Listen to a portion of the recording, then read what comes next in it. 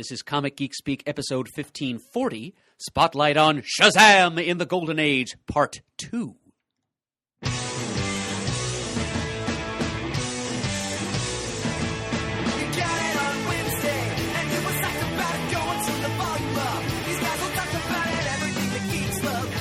Laser beams, opinions like the seasons on everything you read in comics, movies, games, toys, artists, Comic Geek Speak, Comic Geek Speak, Comic Geek Speak, Comic Geek Speak,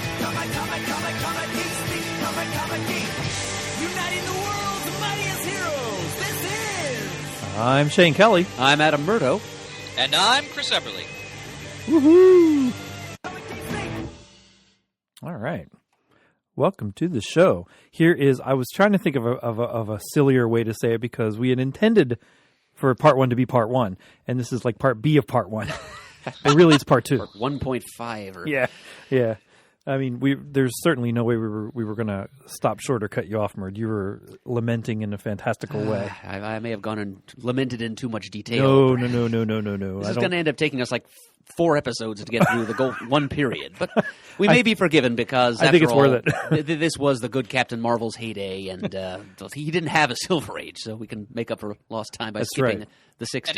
And Adam, based on forum feedback, oh my people God. are, as I assume they would, are eating this up and just appreciating your passion and all the work you've put into this. Well, it's top flight spotlights. Thank you, Chris. Elated, ecstatic. By golly, I am glad. Yeah. Just to share my enthusiasm on the subject with my fellow Shazam heads. I should have taken a picture of you too last time, dressed in the Billy Batson garb, and I forgot. I Yeah. thought of it partway through, and then I put that right out of my head. Hate to admit it to the audience, but I'm not similarly attired tonight. No, but I do like that shirt. Oh, thanks. It's like 20 years old. I've had it since I was in high school. I have 1 or 2 of those kind of shirts yet. One of them fits me. I don't wear it very often because I don't want it to get dilapidated anymore. But I do have a couple of those. Yeah, just cannot get it away. Fraying a bit at the cuffs, but yep, I know just what you mean. Well, first, this episode is brought to you by the fine folks at superherostuff.com, where you go to for all of your Superhero stuff. See now, I like when Chris is on the phone. It's like a round. We get an echoey feeling. Row. Superherostuff.com for all your geek paraphernalia, pop culture, hats, pajamas, bikinis are becoming out, shorts, gloves, watches, belts, belt buckles, socks, shirts, T-shirts, any kind of T-shirt you can imagine, comic book related, pop culture, television related, like Doctor Who, Battlestar Galactica type stuff, anything you could possibly think of, you can find. Hats, winter hats, baseball caps. Halloween, they have costumes. There's jackets, sweatshirts, towels, anything you can possibly think of for your geek in your family, friend, or foe, even if you want to be kind. Go there. They're always running specials. Sign up for their newsletter so you can get their coupons that change constantly, and there's always good stuff coming out. They're really good at creating shops for things that are coming out. I'm sure there'll be yet another shop for the Marvel, for the Avengers movie when it comes out, Age of Ultron. They have great products, great people. We know a lot of people that work there, and they just do good business. So that's superherostuff.com, where you go to for all of your Superhero stuff. Superhero stuff. Take it away, Professor Murd. All right, let's plunge right back in here, gentlemen. We have a lot of ground to cover tonight. I'd really like to get up all the way up to the end of 1945 with this episode. Okie dokie. All right, so when we left our heroes, Captain Marvel Jr. had made his debut in Whiz Comics number 25, and that was December of 1941. One more note from December of 1941. Now we're going to talk about Captain Marvel Adventures number 5. Okay, this was... prior to this time, Captain Marvel Adventures had been a quarterly book, more or less. So this was the first time that it moved to a monthly schedule, and actually a little more frequently than monthly, because both it and Whiz Comics, Whiz Comics soon followed suit, were being published tri-weekly. One new every 3 weeks. The house ads proclaimed a new issue every third Friday. Wow. So that's a lot of Captain Marvel.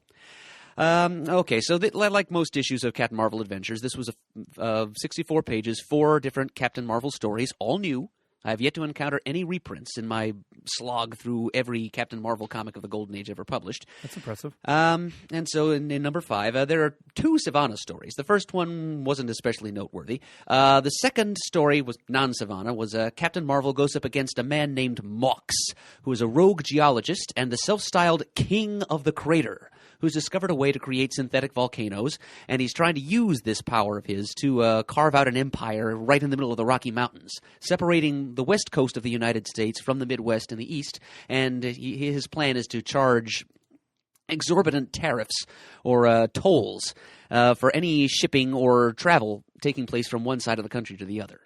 And he wears a heat insulation suit, goggles, and prominent sideburns. Leave it to me to notice a detail like that. Nothing wrong with that. Captain Marvel tussles with him, puts him on the ropes, and he ends up hurling himself into one of his own machines rather than face capture. So thus ends the reign of the King of the Crater.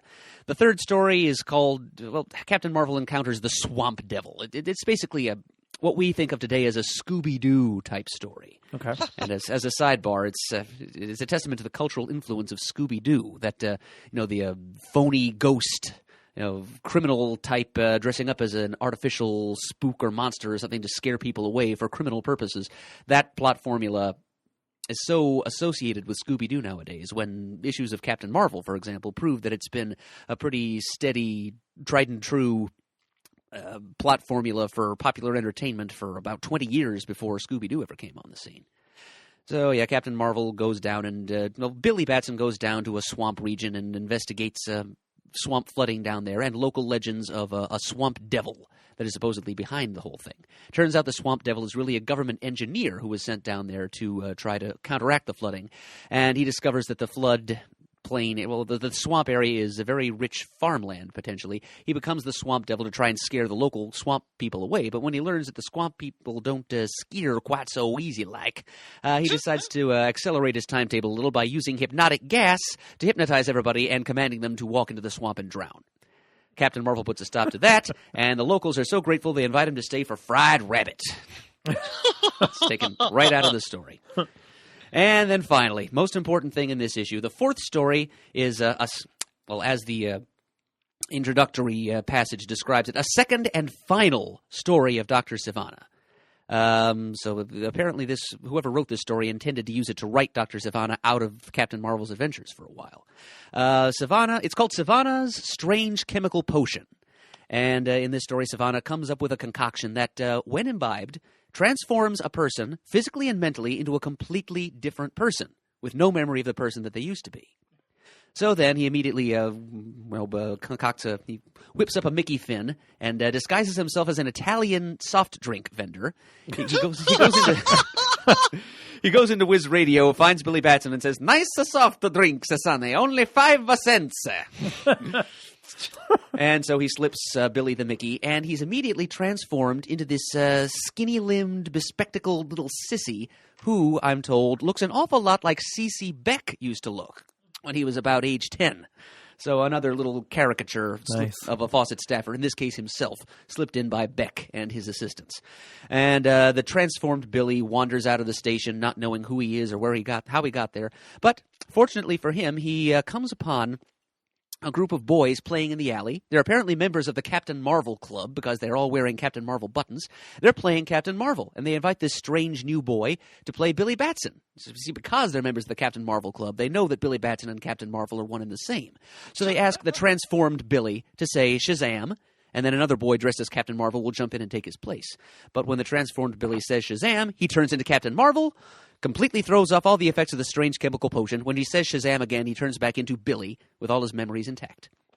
And at this point, Captain Marvel races off to find Sivana. He's been working quickly. He's already taken advantage of Captain Marvel's absence to take over the city. He's spiked water coolers at police stations all over the town with his strange chemical potion and turned them all into these scrawny, weak-willed little Nancy boys. And then pressed them into service at his stronghold in the middle of the city. And Captain Marvel gets there, knocks them all aside easily, goes inside the stronghold, finds an antidote in a closet someplace, dispenses it to all the people outside, and they turn back into policemen. They all rush in, take Sivana, and force-feed him some of his own chemical potion, and it immediately transforms him Hair grows on his bald head. His scrawny frame fills out. Even his clothes transform, and he's turned into a well-mannered, well-dressed, jolly, rotund, benign scientist named Dr. Sivana. He has no memory of having been the world's wickedest scientist, Dr. Sivana. He's now Dr. Sivana. And he's going to become a useful citizen thenceforth. What I find amusing right off the bat, once again, is how cavalier Billy / Captain Marvel are about their identities. Yeah.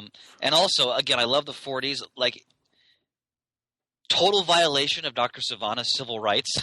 When the police come in and just erase his entire identity and impose his new identity on him. Just magnificent. Well, this might be the safest way to do this. It's that of the concentration camps, Pally. Or internment camps, I guess they were on this continent. Anyway, so that was supposedly the end of Dr. Sivana for a while. But then, the very next month, now we're into Captain Marvel's second year, January 1942, Whiz Comics number 26. Okay? So at this point, I mentioned in the last episode, it took a little while for World's Mightiest Mortal to gel as Captain Marvel's official nickname. By the beginning of 1942, it was official enough that it actually appeared on an opening title card on the first page of the Captain Marvel story in Whiz number 26. So now, 2 years in, it's official. He's the world's mightiest mortal, just as Superman is the Man of Steel or what have you. So in this story, there's a very marked change in tone from some of the earlier stories that Captain Marvel has seen. And, we associate whimsy as a storytelling element or as an element of tone in Captain Marvel's Golden Age adventures. And this issue, number 26 of Whiz Comics, is probably the most whimsical yet. Well, for one thing, it's the first time we ever actually see Billy Batson attending school. Okay, so I guess the truant office caught up with Fawcett. But it's about the only time I've seen Billy attending school in any of the Golden Age stories I've read. It happens to help the plot along here. So it begins with him attending a history class at school. So apparently he does this from time to time when he's not off risking his life on assignment for Whiz Radio.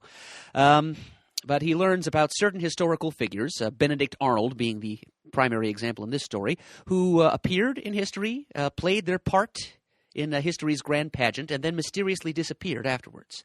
And that gets Billy to thinking that maybe these people are time tourists of some kind. Maybe they've traveled through time, they appeared long enough to strut and fret their hour on the historical stage, and then disappear and go back whence they came.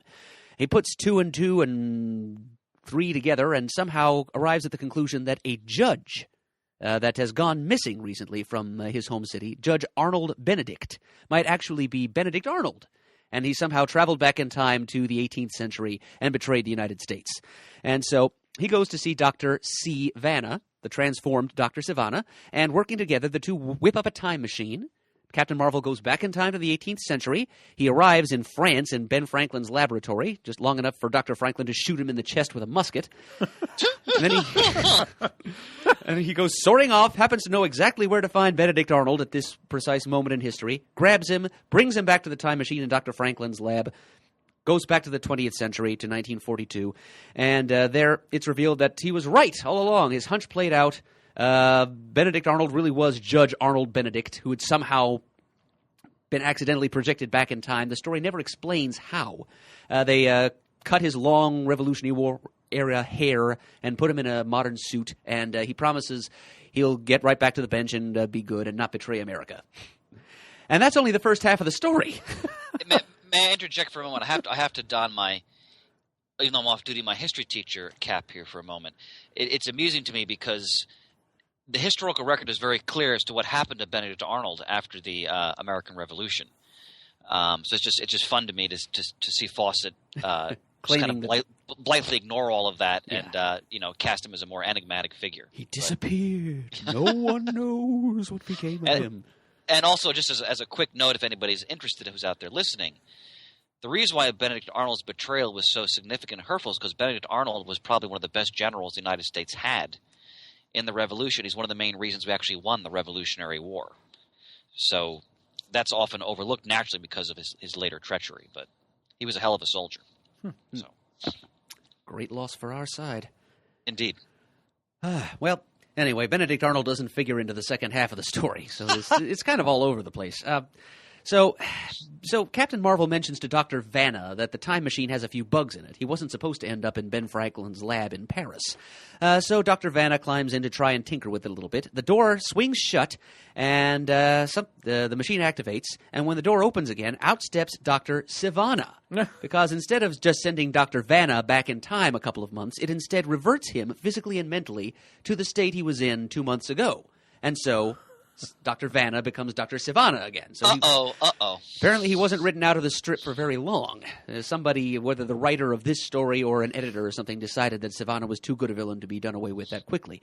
But the mere fact that they went to the trouble of explaining how Dr. Vanna became Dr. Sivana again, rather than just having him spontaneously revert. I mean, Golden Age villains have recovered from far less than that with no explanation whatsoever. But the fact that they put a story detail in here to explain how Sivana came back to what he was. And not only that, but they actually put a little asterisk footnote at the bottom of the page saying, "See Captain Marvel Adventures number 5. Nice. In 1942! Wow. The very beginning of 1942. Nice. We associate that practice of footnoting with the editors of far later eras. Oh, sure. Right here at Fawcett, in the early part of its golden age, it's already telling us, see Captain Marvel Adventures number 5. Now, Adam, is that the first time an editorial team did that in a superhero comic? I really could not say, Chris. There were a lot of comics being published at that time. It's the first time it happened in a Captain Marvel comic. Okay. Well, maybe not, actually. What I find interesting, and we mentioned this in the last episode, was how innovative, in terms of comparing them to their competitors, how innovative Fawcett's being with a lot of the superhero plot devices we take for granted today, like establishing continuity, like, so at least some loose world building, referring to events that happened in previous issues. You didn't really see that in a lot of the other Golden Age comics of the time, at least from my experience anyway, from what I've read. So, fascinating. Yeah, the more I think about it, the more I think there might have been a couple of those little footnotes in maybe the Captain Marvel Spy Smasher crossover, which happened within the first the second year of Captain Marvel's existence. I think. This might not have been the first Captain Marvel footnote either, but still, the mere fact that it's in there is impressive enough. So anyway, Sivana's back to his wicked self. He grabs Captain Marvel and, hurls him back in time, using the time machine, back to the dawn of man, basically. Billy gets out of the machine. He finds he encounters these cavemen that are back here in prehistoric times. He tries to say SHAZAM, but discovers that the magic word won't work for him because he's back in time before some of the patron spirits who empower him, Solomon, for example, have even been born.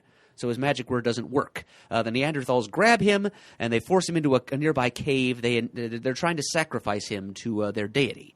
And it turns out that the deity is just this crotchety old wizened man in sorcerer's robes with a long white beard and a peaked hat. And he hobbles up to Billy, addresses him in English by name. He's like, "Oh, here you are, Billy Batson. Yeah, don't mind them. They send somebody in here every couple of weeks. I guess they think I'm some kind of ogre or something, and they're trying to give me human sacrifices.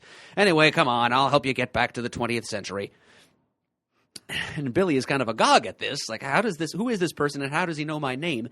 And so this old figure leads Billy to a fleet of time ships that he happens to have sitting around. And he explains that he makes his home in the year 6942, 5,000 years in Billy's future, but he's back at the dawn of time to do research. And he sends Billy on his way, chuckling to himself. Billy asks him what's so funny, and he says, "Well, I'm just thinking about how upset this is going to make a certain old fool named Dr. Sivana up there in 1942. Billy asks him how he knows about Dr. Sivana, and he says, "Because I am Dr. And then Billy is gone before the old man can finish his sentence.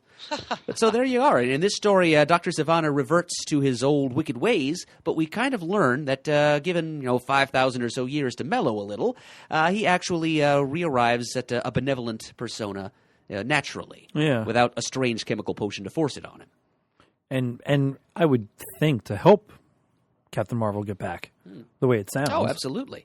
So it's just kind of strange to see a Golden Age supervillain get such sympathetic treatment. But that's the Captain Marvel difference, I guess. And all right around in one issue, so it's neat. Yep, it's a strange sort of story. But another note about this issue, the average length of Captain Marvel stories in Whiz Comics was increased by 5 pages starting with this issue.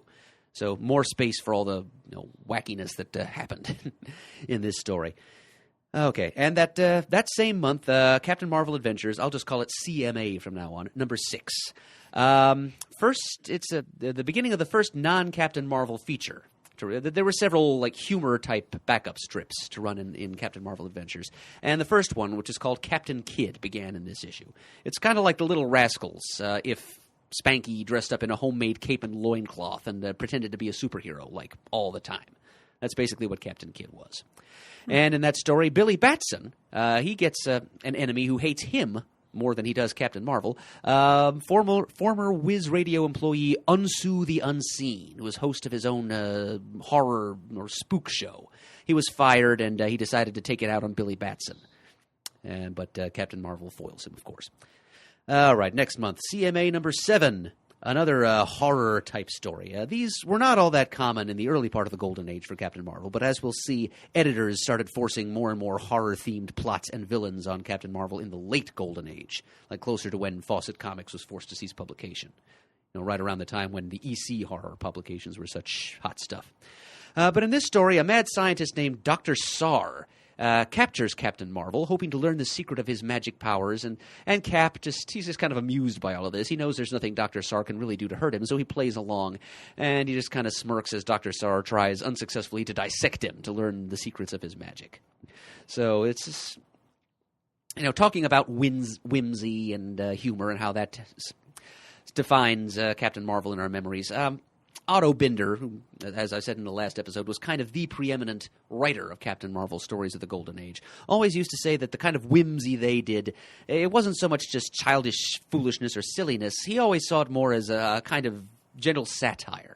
Sometimes social satire, as seen in some of the stories, but in other times just a satire of comic books and the different genres that appeared therein. So here we see, there was a lot of satire of the stuff that was happening in other superhero comics, and here it's kind of a horror satire. As Captain Marvel goes up against this brain. He was kind of a wannabe ultra-humanite, this Dr. Sar. The story begins with him transplanting his brain from his own sickly old body into the muscular body of a gangster that he had captured. But he doesn't get a chance to do that with Captain Marvel because Captain Marvel proves himself to be horror-proof, and he foils Dr. Sar. Now, Adam, I actually have a question for you. Sure, go right ahead. Would you say that, even though it's sort of playful and light, is a Golden Age comic satirizing the superhero world it's perpetuating? Is that something that was very unique for that time period? Well, I don't think Captain Marvel was the only one doing it. Okay. Plastic Man comes to mind, too. Yes, of course. Jack Cole. But, Jack Cole, right. Yeah, so it wasn't unheard of. It's not like Captain Marvel was the only game in town. There were plenty of people working in comics who realized how silly what they were doing really was. And, C.C. Beck was definitely one of those, and Otto Binder was another. Okay, now in Captain Marvel Adventures number 8, this is a fairly major issue. It's the first appearance of a couple of major characters. Well, first, there was a story in this issue where Billy and Captain Marvel shill to drum up membership among Captain Marvel readers for the Police Athletic League, where Captain and Billy go up against a local bully and his criminal father, who are out to sabotage a meeting of the PAL. And it ends with everybody reconciling. The bully joins the PAL, and his dad becomes a cop, and the whole thing is just a plug for the Police Athletic League. But the lead story here would be Captain Marvel and the Curse of Ibac. It introduces a major antagonist for Captain Marvel who's kind of in Cap's power class for a change. All right, so we begin with the man who would become Ibac, a criminal wannabe named Stinky Print Whistle. Wow. Sniveling little snitch named Stinky. It starts with him. He's wearing this green suit with a tailcoat. He's clearly not really cut out for a life of crime, but he wants to break into crime so badly. So he's trying to dynamite a railroad trestle bridge so that he can then loot the train once it's crashed. Captain Marvel shows up and takes care of his sabotage, no sweat. During the confrontation, though, Stinky accidentally falls off the trestle. He yells out, "Oh no, I'm undone! I'm going to crash on the rocks below!" And Captain Marvel's word balloon comes down from above. Cap is just saying, "It is to be hoped." So he's not even making the effort to save poor Stinky. But as it turns out, he didn't need to worry because Stinky is saved by Lucifer, the Prince of Darkness himself. Wow. How's that for out of left field? It's the devil. He breaks Stinky's fall. The two of them walk and talk a little bit. Stinky casually mentions that he'd sell his soul for a chance to beat Captain Marvel, and Lucifer whirls on him and decides he's going to hold him to that, because apparently Lucifer's had it in mind for a while now to create an opposite number to that do-gooder that the wizard SHAZAM conjured up. And so, Satan invokes the spirits of 4 of the most evil human beings ever to live. From Ivan the Terrible, he decides to bestow upon Stinky Printwhistle the power to inspire terror. From Cesare Borgia, evil cunning. From Attila the Hun, fierceness. And from Caligula, worst emperor of Rome, cruelty. So those are the 4 powers that are bestowed upon Stinky Printwhistle. Plus, I guess those 4 spirits kind of all chipped in and made him really strong and invulnerable, too, because you have to. And so it was that Stinky Printwhistle was, by Satan's command, possessed by these 4 spirits all at once when he pronounced the magic acronym Ibac. It is kind of the evil version of SHAZAM for Ivan, Borgia, Attila, Caligula, Ibac. And every time he does that, green flames erupt out of hell. It's kind of like the opposite of Billy Batson's magic lightning coming from above. Yeah. They erupt out from the ground. The sound effect is always zee, and he becomes Ibac. And Ibac is this big, hulking, superhumanly strong brute. In the story, he's actually described as subhuman in appearance, and he takes exception to that. And here in his first appearance, Ibac is seen attired in what looks like a forest green body stocking with a gold sequined Speedo and sandals. So Speedo. His first crime is against fashion, apparently. Subsequent appearances, they tone him back a little bit. He's bare-chested after this, just like wears tight black pants and boots. But he's very ugly, thuggish, Neanderthalic in appearance almost. So he goes chugging off, gleefully goes off on a crime spree. Captain Marvel eventually shows up to stop him, of course, and defeats the fight scene between the two of them lasts longer than the usual one punch that Captain Marvel takes to defeat a bad guy, but he still barely breaks a sweat dealing with Ibac. He defeats Ibac by literally beating the evil out of him. He punches him so hard that he knocks the 4 evil spirits out of him and forcibly reverts him to Stinky Printwhistle again. He then extracts a promise from Stinky that he will not say his magic word again and that he will reform, because Stinky is a terrible, crawling little coward. He had tried to organize a few local mobs under him while he was Ibac, but that was all nixed by Captain Marvel's Let's efforts. pause for a minute just to appreciate the sheer greatness of the name Stinky Printwhistle. Talk about perfectly capturing the essence of the character you just described. That's an inspired name. It's almost Dickensian. And that's saying something for the golden age. Stinky Printwhistle. Wow. Yeah. Tremendous. That's tremendous. That's one hell of a name. Yeah. Eventually we find out his real name is Stanley, but Stinky is much more memorable. Also, in this same issue, we're introduced to another semi-recurring Captain Marvel nemesis, because this clearly was not the last time we'll see Ibac. But also in Captain Marvel Adventures number 8, we're introduced to Mr. Banjo. Jesus. Yeah, if anybody out there who's seen the Robot Chicken DC Universe specials, Sure. They go out of their way to make fun of Mr. Banjo as one of the lamer villains ever to appear under the DC Comics aegis, but he was originally a Fawcett character. He first appeared in this story. He's kind of a roly-poly, squat little guy. Picture the Superman's enemy, the prankster, although Mr. Banjo actually predates the prankster by about a year. He wears a green plaid suit, kind of patched at the elbows. He looks like a traveling hobo. He's got this unkempt mass of blonde hair on his head. He wears a straw boater hat, and he carries a banjo. So he's like this. He's kind of like a busker, like a street musician. He wanders around, and he's employed by a spy ring. He's like the leader of this spy ring. His sort of comical vagabond appearance hides a dangerously crafty mind. And he uses his banjo to pass codes on troop movements that are passed to him by a Frenchman who visits the American military embassy or something, and he picks up secret messages. He whistles them in code to Mr. Banjo. Mr. Banjo uses his banjo to plunk out the same notes to other people who are listening, and they relay it all to Berlin. So he's an enemy agent. Well, he's American. He speaks with kind of a folksy speech pattern. Yes, sir. And, well, Captain Marvel breaks all this up. And the big fight scene between Captain Marvel and Mr. Banjo, he catches up with Mr. Banjo on board an enemy seagoing vessel he's trying to escape on. Captain Marvel smashes his banjo over his head and chucks him in the ocean. The end. And that is how the first fight of Mr. Banjo goes. He's kind of assumed dead by everyone.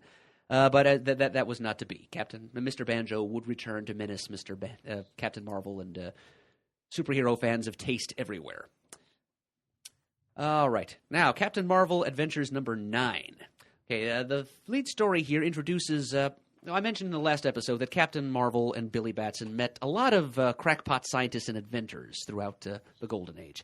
Here they're introduced to one who actually made repeat appearances. Usually these crackpots were one-off characters. But here they meet Professor Edgewood Smith, known as Edgewise to his friends and also to his enemies, because it was not a very flattering nickname. Professor Smith specializes in human psychology, and he tends to spend his time pondering logic puzzles and optical illusions until he goes kind of cross-eyed. He's a lovable old kook. When Billy Batson finds him, he's crawling around on the ground because he's forgotten how to use stairs. So Billy helps poor old Professor Smith home and listens to enough of his double talk that Billy's own mind gets twisted around like a pretzel, thus eliciting what my research indicates is Billy's first ever exclamation of "Holy moly!" Nice. Right here, Captain Marvel Adventures number 9. And then Billy goes home. He's still reeling and befuddled from his encounter with Professor Edgewise Smith, and he has this dream that he's stuck in a topsy-turvy land where up is down and day is night, and women have taken over the world. Crazy town. Heaven forbid. Jeez. God, I would love it. I really wish Danny were in the room right now to scowl at me for that. Hi, Danny. And then he wakes up, but the artwork in that story, and that topsy-turvy dream sequence is really, it's pretty exceptional. You know, it's worthy of a Disney short of the same era. So that might have been when Billy first uttered his famous catchphrase. Oh, and as a side note, mythologically, moly, some people may not know this, but moly is actually a mystic herb from Greek mythology. It figures in the Odyssey. Hermes, god of speed, also known as Mercury, one of Captain Marvel's patron gods, helped Odysseus to get a little sprig of moly to protect himself against the wiles of the evil sorceress Circe. So, with all the mythological nods and trappings in Captain Marvel's saga, I guess holy moly is as good a thing for Billy to shout as anything else. Yeah. Now Merd, so Binder created the holy moly phrase then, correct?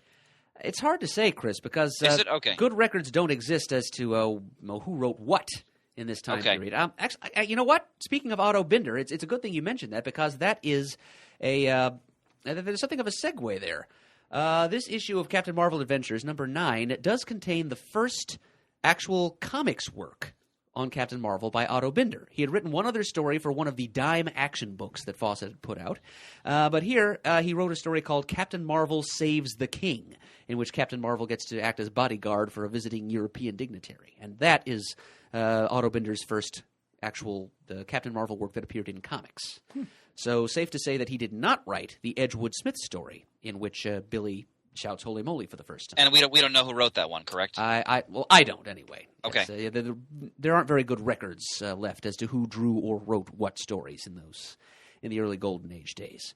Right. But we might say, though, that Otto Binder, even if he didn't have Billy say "Holy moly" for the first time, he probably helped to popularize it, reused it often enough that it became a catchphrase. Right. All right. There is another story in this same issue in which Ibac already makes his second appearance. And there's also a story that introduces Nippo from Nagasaki. Okay, you can tell this is 1942 now. We are in it. The United States is in World War II. The Japanese are our enemies. We're all just seething at them for the Pearl Harbor attacks. And here we have this pretty offensive enemy Jap stereotype show up. Nippo is kind of overweight. He wears a kimono and wooden clog sandals everywhere he goes. He has his hair done up in a ponytail. He hisses like a snake in casual speech. Every third word he utters is honorable. His skin is that bright yellow color that you mentioned in the last episode, Chris. He has buck teeth. Yeah. And in this story, though, there is at least a little bit of racial sensitivity going on here in that Nippo is seen in his first appearance going around and blackmailing or otherwise pressing into service innocent, law-abiding Japanese Americans, first-generation immigrants, I think, like Issei, who are just going about their business, living in the United States, don't want anything to do with what Imperial Japan is doing, but Nippo is seeking them out and forcing them into service. But he still makes time to sneak into radio station Whiz and attempt to assassinate Billy Batson. Because the Axis powers don't like the bad things that this cub reporter is saying. So apparently Billy Batson has somehow become pretty tops on their hit list. So Nippo tries to do Billy in. And, of course, Captain Marvel turns the tables on him, chases him back across town, ferrets him out in his hideout. Nippo attempts to fight Captain Marvel head-on using sumo fighting techniques, and also he whips out a katana and tries to attack him with a sword. And that fails, of course. So then promptly Nippo runs up to the roof of the building and tries to commit harakiri. Another Japanese stereotype there, just to fit them all in. But Cap subdues him and brings him to justice instead. And this Go ahead, Mert. I'm sorry. This is not the last we'll see of Nippo either. But go ahead, Chris. No, I was just saying it's another great example of, during the war years. I mean, if you look at any superhero comic or almost any comic of the time period, those stereotypes were part and parcel. And we were engaged in a total war, so that was all part of the propaganda effort to, obviously demonize the Axis powers. And considering their behavior during the war, it wasn't that hard to do that. But, of course, as we look at it with our 21st century eyes, these are just over-the-top, outrageous racial stereotypes. I mean, having a guy wearing wooden clogs and a kimono to go into battle, for example, it's so ludicrous now that some people might get offended, but for me, and I'm married to a Japanese woman. Mm-hmm. But for me, it's just you just have to look at it in the context of the times, and to me, it's hilarious. And you also have to remember the history behind it that was driving that at that time period. I mean, I have posters of covers in my store of Superman holding Goebbels by the seat of his pants, or riding a bomb down that says Japanazis on it, and it's a fascinating just era in terms of what was being portrayed in comics as part of that war effort. It's not exactly the comics' proudest hour, but again, I think it's as you've pointed out at length, Chris, there is historical justification. Yeah, I think that's the world at large, not our finest hour for that stuff. I mean, it was everywhere. Yeah, and I don't even call it a justification. It's just that's the time, right? An explanation, anyway. And we also have to remember how, compared to today, how limited people's exposure were to other countries and cultures because they didn't have the multimedia nor the ease of travel that we have now. So, if you look at Japanese propaganda from World War II, they portrayed American soldiers as hulking, giant, hairy ape men, basically throwing, geishas over their shoulders to rape them. I mean, there's fascinating examples from all sides. As opposed to the Japanese soldiers raping them themselves. Which they were notorious for. Well, I won't get into the whole discussion of comfort women because it's not an historical episode. But it certainly doesn't figure into Captain Marvel comics. No. All right, and the whole issue then, after Cap is done with Nippo, he gets a threatening coded message signed Mr. Banjo. So we know that character's coming back soon. Okay, then in Whiz Comics number 30, nothing that interesting happens in that issue itself, but I believe that is when Otto Binder briefly had to ascend to the rank of editor. This was because editor Ed France Heron, who was instrumental in guiding the first 2 years of Captain Marvel comics. Accounts have varied a little bit. I'm not sure exactly how this happened. Ed Heron did serve some time in the military, as many Fawcett staffers did, as many young men in all walks of life and all occupations did in the United States at wartime in World War II. When he came back, I'm not clear on whether he was terminated from his job before he left or whether he just came back and discovered that his job was no longer open to him. But what is known is that he was terminated from Fawcett because it came to light that he sold scripts to Fawcett as a writer at the same time as he was serving as an editor. And there was a strict policy at Fawcett against doing that. You were not allowed to both write and edit at the same time because there was a risk that editors might buy substandard scripts from each other. A little bit of cronyism going on there. Or worse yet, editors might buy scripts from themselves under an assumed name. So it turned out that Ed Herron was doing something like that. So he, in 1942, he ceased to be an editor at Fawcett Publications, and Otto Binder, for a few months, maybe 6 months at the most, became editor of Whiz Comics, and was not. So we didn't have any more Otto Binder scripts in Captain Marvel for a little while. He was relieved by Rod Reed, who had also been a pretty major early Captain Marvel writer, with issue number 34, and Rod Reed would stick around for about a year in that capacity. Okay, Captain Marvel Adventures number 10. Supporting character Whitey Murphy from the Captain Marvel serial came back for a quick visit as he and Mr. Morris were held captive by the radio racketeers, and Captain Marvel had to save them. And this issue also has the second appearance of Mr. Banjo. He doesn't even play his banjo in this story. It's some kind of plot about Mr. Banjo spying, kidnapping the United States defense chief, and replacing him with a ringer, and sending out artificial messages to the U.S. military to withdraw from the Pacific. And Captain Marvel has to investigate and discovers Mr. Banjo is behind it all, and makes short work of Mr. Banjo. I don't know what's going on with Mr. Banjo exactly.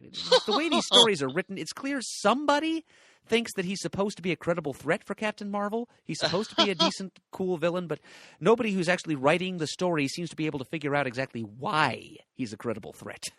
Because in his first two appearances here, he's just as lame as Robot Chicken would have us believe. Hate to say it. And I think that's the last you see of Mr. Banjo as an actual antagonist for a while. He has a cameo a little later on, as we'll see. He's actually a member of Mr. Mind's Monster Society of Evil.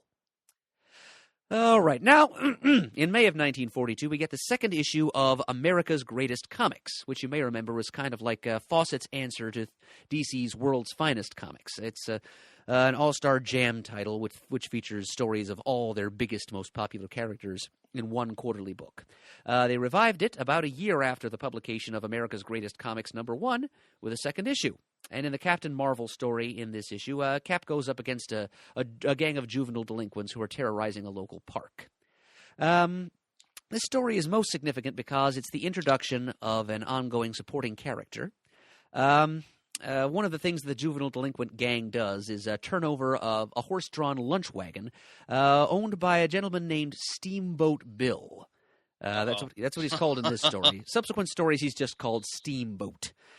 And Nippo is a pretty offensive racial caricature, but Steamboat kind of takes the cake. He is African-American, and he is such a total racist caricature. He stepped right out of a minstrel show. He's kind of a step-and-fetch-it figure. He's drawn with very, very dark skin and these inhumanly large, rubbery lips. It is kind of the way that African Americans were a little too often portrayed in the early decades of the 20th century. But see, I'm imagining him now speaking like Amos and Andy, for example. Yeah, that's exactly the speech patterns he uses. Yeah. It's like, me oh my, Mr. Marvel, where'd y'all come from? And where did this Billy go? God. So, yeah, Captain Marvel rescues Steamboat from this gang. But his lunch wagon he reforms the gang in the end, of course. But Steamboat's lunch wagon is irrecoverably wrecked. And Billy takes pity on Steamboat and offers him a job as Billy's live-in cook and valet. Apparently, Whiz Radio pays him enough that he can afford that. We really don't get to see that much of Billy's home life in the Golden Age. Eventually, we learn that he lives in an apartment hotel someplace, more or less alone. But now he's got Steamboat to keep him company and cook his meals. And he's kind of used as an all-purpose menial servant. Sometimes he's Billy's houseboy cook, and sometimes he's shown as working as a janitor at that radio station Whiz. Either way, he's offensive, extremely, even by early 40s standards. So he, during the years 1942 to 45, probably makes more appearances than any other supporting character in Captain Marvel comics, other than Mr. Morris, the owner of Whiz Radio. But eventually, in 1945, Fawcett Comics actually got protesters at their office on Broadway. This is fascinating, Murr. Please continue. Yeah, so they for obvious reasons, they were offended by Steamboat. Fawcett had particular pressure put on them by an organization called the Youth Builders. And by then, A man named Will Lieberson was the executive editor of Fawcett, and he had put into practice certain guides of ethical conduct, which I can actually read for you in their entirety. They're reproduced in tomorrow's Fawcett Companion.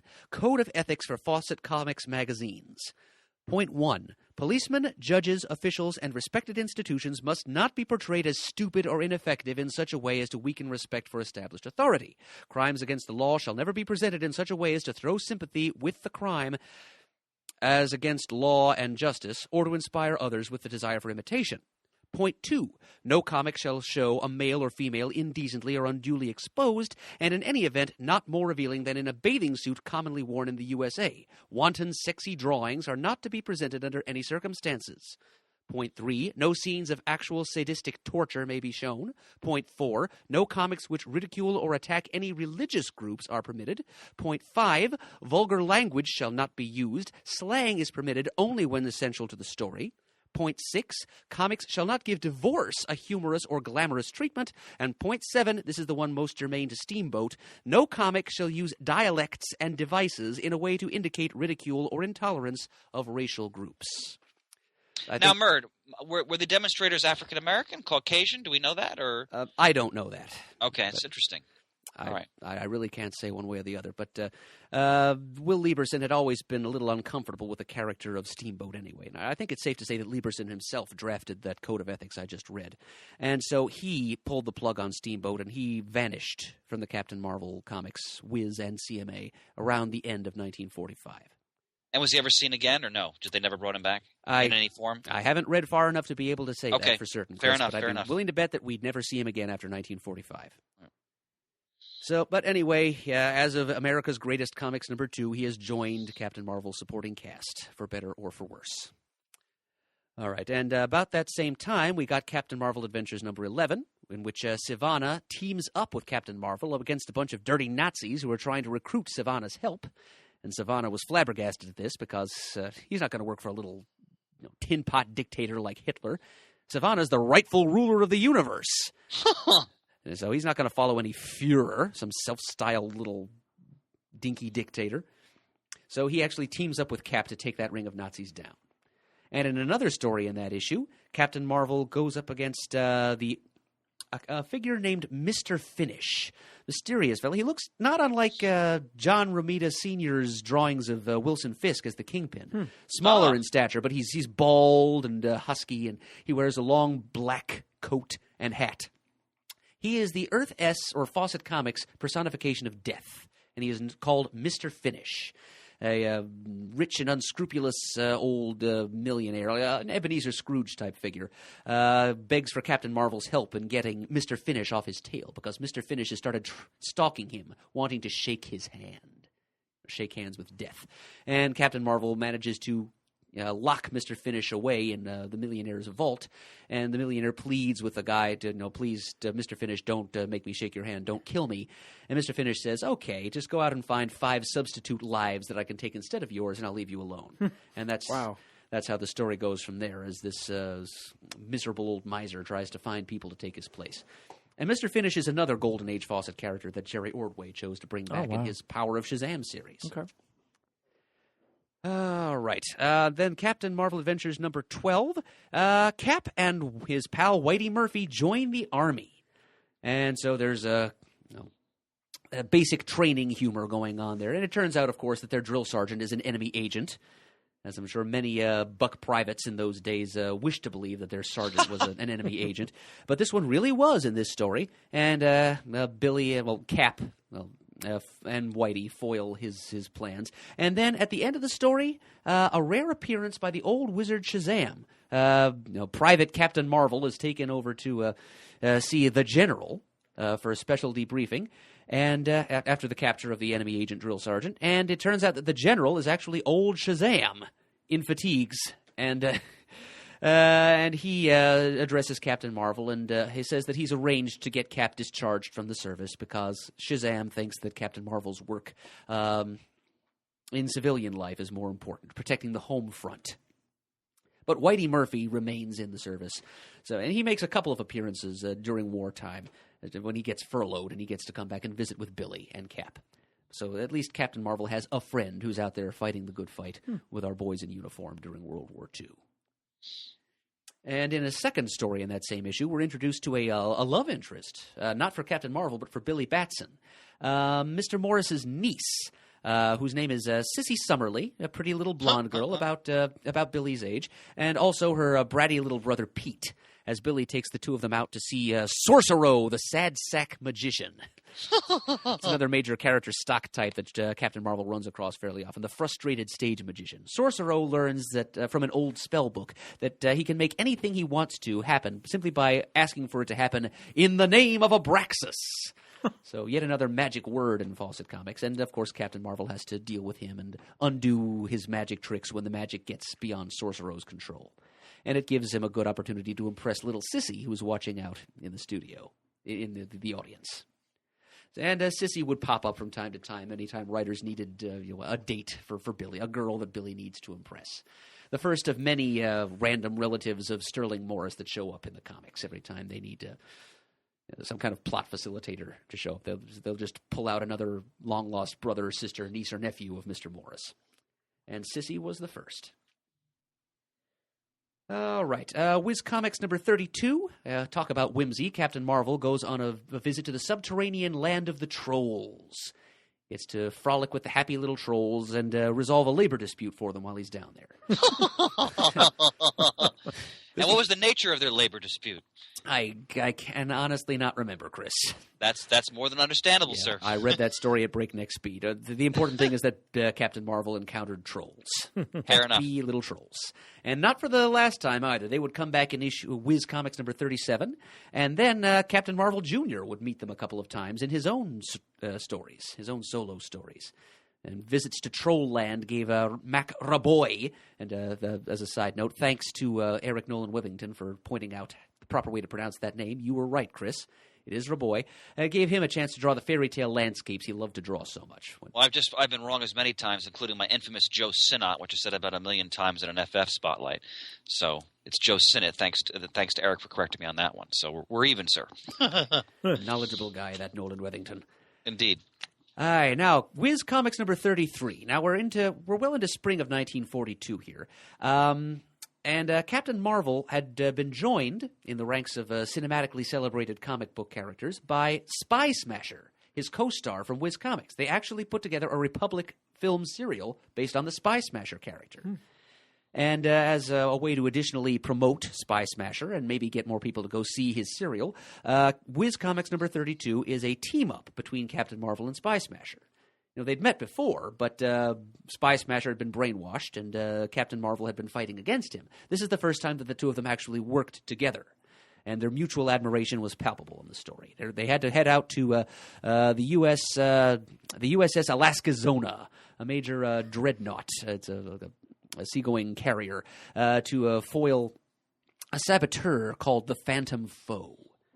So they worked together toward that end.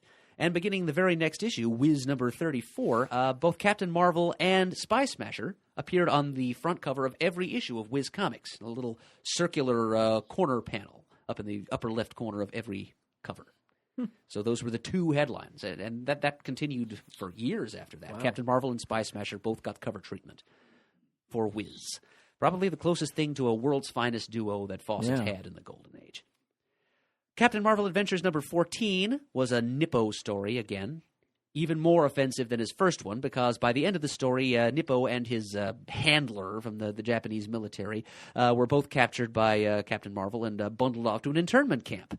And the story ended with Billy saying in his cheery radio voice, "Well, folks, there's 2 more Japs behind barbed wire. We'll have them all there before we're finished." Wow. Well, again, it's indicative of the time. Oh, yeah. And I'm sure many listeners are familiar at least with the basics of how horribly the Japanese Americans were treated. Yeah. Because they were all the people in those internment camps were not, war criminals. They were in many cases they were American citizens. Yeah. Right. While many of their sons were actually fighting for the United States in Europe. So. Not FDR's proudest moment there. Let's put it that way. Not at all. But in Nippo's case, at least we can be sure that he's one Japanese that deserved to be there. Consider him a POW. All right. Now, Whiz Comics number 34. All right, here's where Rod Reed took over as editor, a post he held for about a year. It's a return story of Captain Marvel and his Lieutenant Marvels. And a little shout-out here to Dr. Chuck Coletta, who goes by Jaxer on the CGS forums, who mentioned that he wrote an encyclopedia article about Captain Marvel for a recent comics encyclopedia, who corrects us in referring to the Lieutenant Marvels as such instead of as Lieutenants Marvel, which he thinks should be the proper plural. And Chuck, I agree with your nitpick in principle. Lieutenants Marvel, Captains Courageous, Mothers-in-Law, and so forth. But we have to make allowances here for tradition and historical usage, because in just about every Captain Marvel comic of the Golden Age, when these characters appear, they are called Lieutenant Marvels, pluralized that way. And you have to allow additional latitude for proper names too. So it is for that reason that we continue to call them Lieutenant Marvels to this day. It's that reason why they're called Lieutenant Marvels in the recent Multiversity Guidebook, the entry about Earth 5. So it's just a matter of tradition, Chuck. Also, if you consider that Marvel is actually the root noun here and Lieutenant is just an adjective modifying it also makes more sense to call them Lieutenant Marvels. Anyway, in this story, Billy Batson is framed by an enemy agent. There are enemy agents crawling all over the place in Fawcett's Golden Age, and just the Golden Age of comics in general. An enemy mole finds his way into radio station Whiz and starts slipping coded messages into Billy's news broadcasts, which Billy unwittingly reads and transmits information to the Germans. And J. Edgar Hoover shows up in a guest appearance and actually arrests Billy Batson. And word of this gets out to the other Billy Batsons of America, the Lieutenant Marvels and their secret identities, and they rally to Billy's defense, actually use their SHAZAM powers without Billy there to help them, something that they had sworn not to do, and eventually Billy's name is cleared and all is well. Wait, so J. Edgar Hoover suspected Billy of being a subversive? Yes, because the real subversive was slipping coded messages into Billy's news copy. I just find that amusing because that certainly sounds like J. Edgar Hoover. He was a real... Don't get me started on him, but that's whether they meant to or not. That's a perfect portrayal of J. Edgar Hoover, going after people who really weren't subversives, but in his mind they were. So we'll leave it at that. Yeah. All right, Captain Marvel Adventures number 15. Captain Marvel goes up against Clang the Killer, who's a it's a great name, isn't it? He's a killer robot who's actually a nice robot, except he drinks some tainted gasoline, and that drives him mad. Oh, that bad gas. Yep. He kills his inventor and then goes off on the warpath to try to kill as many other human beings as he can. Wow. Captain Marvel stops him, though, siphons all the bad gas out of him, and he's contrite for having taken these human lives. He wants to destroy himself, but instead Captain Marvel finds him useful, productive work at a defense plant. And I don't laugh in a disdain kind of way. It's kind of a reminder of just how fun and I don't want to say obscure, but over the top they can be, in a good way. That me as a kid who grew to an adult to read comics, it wasn't so back in the day. It was kids reading comics and just they're out there. Even if they were sent over for the boys overseas to read, they were still kids, a lot of them. So it's fun to hear them be as outrageously sci-fi adventure as they are. Yeah. Oh, and Shane, it's well documented that tons of GIs read comics. Yeah. Oh, yes, absolutely. While they were overseas. Captain Marvel in particular. So, we'll think of Radar in... oh, sure. Well, that was the Korean War, but still, he was a big fan of Captain Marvel. Yeah. Yeah, but yes. So they needed all the escapism they could get. Absolutely. Our boys overseas could. So, okay. Then America's Greatest Comics, number 4. This is a story that guest stars all of Captain Marvel's co-stars from Whiz Comics. It's a Sivana story. Sivana gets tired of his daughter Beauty mooning over Captain Marvel all the time, so he decides he's going to present her with a new beau that he approves of. So he visits his fellow mad scientist, Professor Edgewise Smith. Remember him from the first Holy Moly story? And Sivana decides to offer him Beauty's hand in marriage. And as a dowry, he presents Dr. Smith with a youth potion that turns him into a young, strapping, virile, slightly less mad scientist. And then being young and ambitious again, Dr. Smith he actually displays a little bit of that mad scientist cunning. He's usually a pretty nice guy, if pretty badly addlepated, but he uses hypnotic powers to put Butia under his spell and make her fall in love with him.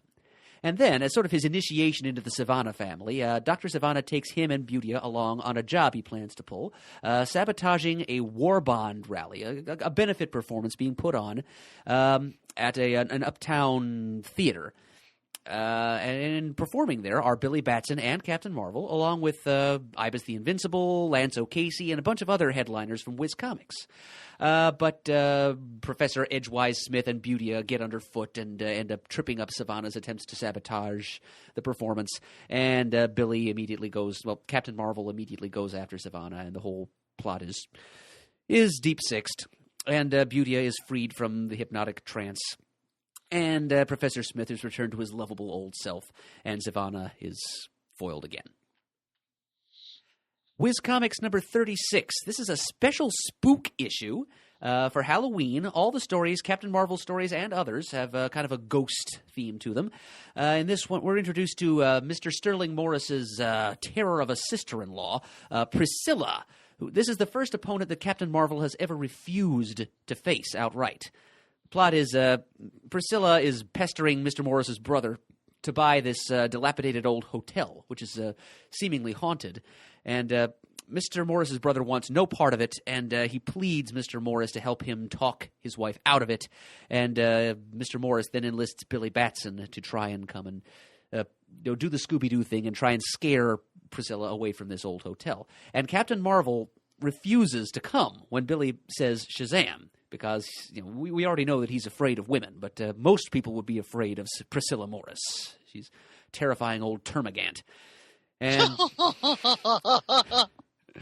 so we actually see Captain Marvel show up in spirit form and telling Billy, "Nothing doing. I'm not showing up for this one. You're on your own." So that's further evidence for Billy and Captain Marvel being separate personas. Yeah. And if you go to the Comic Geek Speak forums, there's a little mini dialogue there about from forum users about whether or not Billy and Captain Marvel are the same person. And the answer is kind of yes and kind of not. Captain Marvel is sort of an idealized adult version of Billy.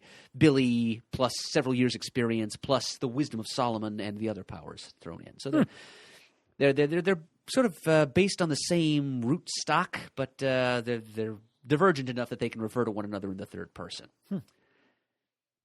Okay, Captain Marvel Adventures number 17. The lead story is Captain Marvel versus the Sky People, giant aliens from outer space who have come to take samples of the local wildlife with an eye to invading later, of course. And one of the samples they take happens to be Adolf Hitler.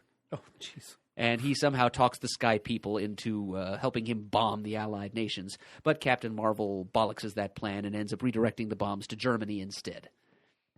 So, with the help of the Sky People, or on his own? On his own. Okay. Yeah, the Sky People are not nice. Okay. So I wondered if he went up and convinced them to go to his side and help defeat Germany. But okay. Nope. Captain Marvel had to redirect the bombs himself, pretty much. And also in that story, it's another Sivana story in which Dr. Sivana comes up with a chemical agent that can inspire intense hatred in anybody who consumes it. This chemical, he thinks of it as a hate highball, like a chemical cocktail that inspires hate, so he calls them hate balls. And they inspire hatred in people for a very precise length of time. I think it was like 47 minutes and 23 and a half seconds. Sure, why not? That makes perfect sense.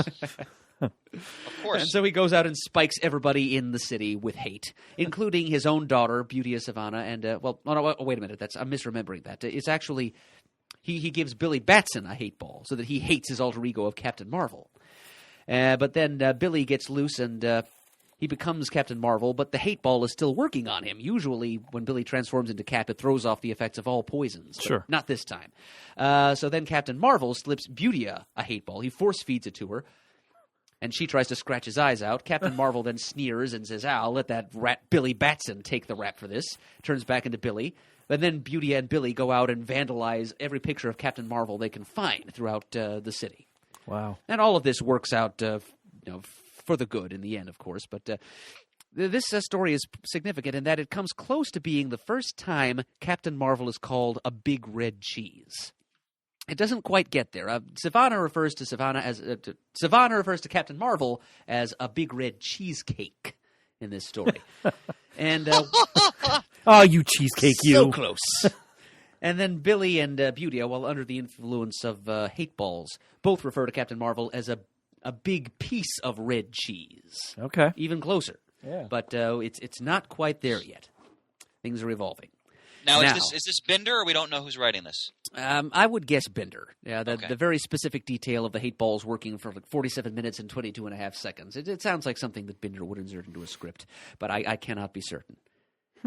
And so this is where I fall shy of your example when it comes to doing these spotlights, Chris. Well, because Murd, that's ridiculous because the Golden Age is hard to find who wrote all these books, because there really often weren't credits. So yeah, and that's understandable. Yeah, and Fawcett went out of their way sometimes not to credit the creators working for them. All right, now we come to a very important issue of the Golden Age. We've come to the end of 1942 now. In Captain Marvel Adventures, number 18, it is the last story reprinted in the SHAZAM family archives from DC. Okay. It's cover dated December 11th, 1942. And do remember, these stories are coming out not monthly, but every 3 weeks. So for a while there, Whiz and Captain Marvel Adventures had not only months, but days as their cover dates. So Captain Marvel Adventures number 18, just exactly 1 year after Captain Marvel Jr. was introduced, we get to meet another member of the Marvel family, very important, Mary Marvel, the Shazam girl. I like that cover. Yep, I'm showing it to Shane right here. It's a painted cover, actually. Yeah. It was painted by C.C. Beck himself, but he later regretted having done this. It's not his favorite work, but you know how he felt about realistic or even semi-realistic artwork in superhero comics. Okay. But it's a fairly commonly reproduced image. It's Cap and Mary Marvel and Captain Marvel Jr. all standing shoulder to shoulder on a stage with a spotlight shining on them. And there's a title card down below that says, Captain Marvel and Captain Marvel Jr. proudly present Mary Marvel. So, yeah, Beck felt like it was kind of a moment of weakness painting that cover. So, here we are introduced to Mary Marvel. The story opens as Billy is hosting a quiz show at radio station Whiz. It's called the Mental Marvel Quiz. And the contestants on this show are Freddie Freeman, secretly Captain Marvel Jr., a boy named Percy Pill, who is fond of reminding everyone he encounters that he has the highest IQ in the state. So kind of a Sheldon Cooper type, I guess. My name is Percy Pill, and I'm very smart. Very, very, very smart. But most important of the three, certainly more important than Percy Pill, is a young lady named Mary Bromfield. And Billy is kind of taken with her at first. He thinks she's an impressive young lady. He comes down with a wee bit of Luke Skywalker syndrome there, because we'll learn pretty soon that this is secretly his long-lost twin sister. So the quiz broadcast goes on, and in the middle of a commercial break, Billy gets an urgent message from an old lady named Sarah Prim, who is on her deathbed across town, and she says she must speak to Billy immediately before she passes away. So Billy turns into Captain Marvel and just whizzes across town to save time, gets there, talks to Sarah Prim. She reveals to him that she, in her younger days, used to work as a nurse and also a live-in nanny. Oh, she was a nurse primarily, but also moonlit as a nanny for a wealthy family somewhere in the city. She was the one who was present when the word came through that the infant Billy and his long-lost twin sister had been orphaned, that their parents had died. It just so happened that at about that same time, the daughter of the wealthy lady for whom she was acting as nanny had suffered crib death. Okay. And so Sarah Prim didn't want to see both these babies go to an orphanage. She knew of a place where there was an opening for a baby since one had just died. So she just, on the sly, switched Billy's twin sister for the deceased baby of the wealthy couple. Okay. Billy went off to an orphanage, grew up there, eventually was temporarily adopted by his evil uncle and then thrown out in the street. But his twin sister grew up under the name of Mary Bromfield. And it was the Bromfields were the name of the wealthy couple that took her in. I'm sorry. Did it say if the Bromfields knew? Well, yeah, I guess they would if they knew their daughter died. Well, I don't think they did know. Oh, okay. Sarah I was Prim wondering made if the she switch really did secretly. it. Okay. Well, after this revelation, they knew that Mary was not their real daughter, but they were by then she was 13 years old or so. So she was their daughter as far as they were concerned, even if they knew she wasn't their biological child. But Sarah Prim then died before she got a chance to tell Billy the name of the wealthy couple that had adopted his twin sister. She just gave him this half of a broken heart-shaped locket. And that was how he would recognize his twin sister, because she wore the other half. Very Annie-ish. Yeah. And then, orphans, what the heck? Yeah. That's what it's all about. And then Billy returned to radio station Whiz to finish up with the quiz show, and he notices that Mary is wearing the other half of this heart-shaped locket. And he and Freddie, so they have this joyful reunion, discovering that they're really long-lost twins. Shortly after this, though, Mary is conveniently kidnapped by a bunch of, criminals who want to hold her for ransom from her wealthy parents. Then Captain Marvel and Captain Marvel Jr. Then enter the fray after saying their magic words. They track down the kidnappers and stop their, and so half rescue Mary. And Mary expresses a little disappointment that her brother didn't come along to rescue her. And but then Cap and Jr. say, "Oh, but he did." They say their magic words again, change back to normal, to reveal that, hey, guess what? Not only am I your twin brother, I'm also Captain Marvel. And at that point, he's attacked from the back by the ransoming criminals, who apparently weren't entirely subdued, and a gag is stuffed in his mouth. And Billy Batson must spend more time in the Golden Age bound and gagged than Wonder Woman did. It doesn't signify quite the same thing as it did when Wonder Woman was held in bondage, but he's always getting a gag stuffed in his mouth to keep him, just as he's about to say Shazam. But then Mary exclaims in horror, "Oh no, Billy has been gagged. He can't say Shazam!" And a magic lightning bolt comes down and transforms Mary into a Marvel being, too. And the first ever panel of Mary in her, of Mary Bromfield Batson in her Mary Marvel guise, it's in here. It's actually just like an inked and colored version of artist Marcus Swayze's first ever concept sketch for Mary.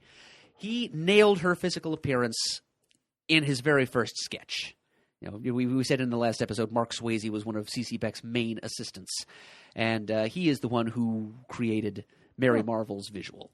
And she was based loosely on Judy Garland. Okay, I have read, and she's wearing this sort of skirted version of Captain Marvel's costume.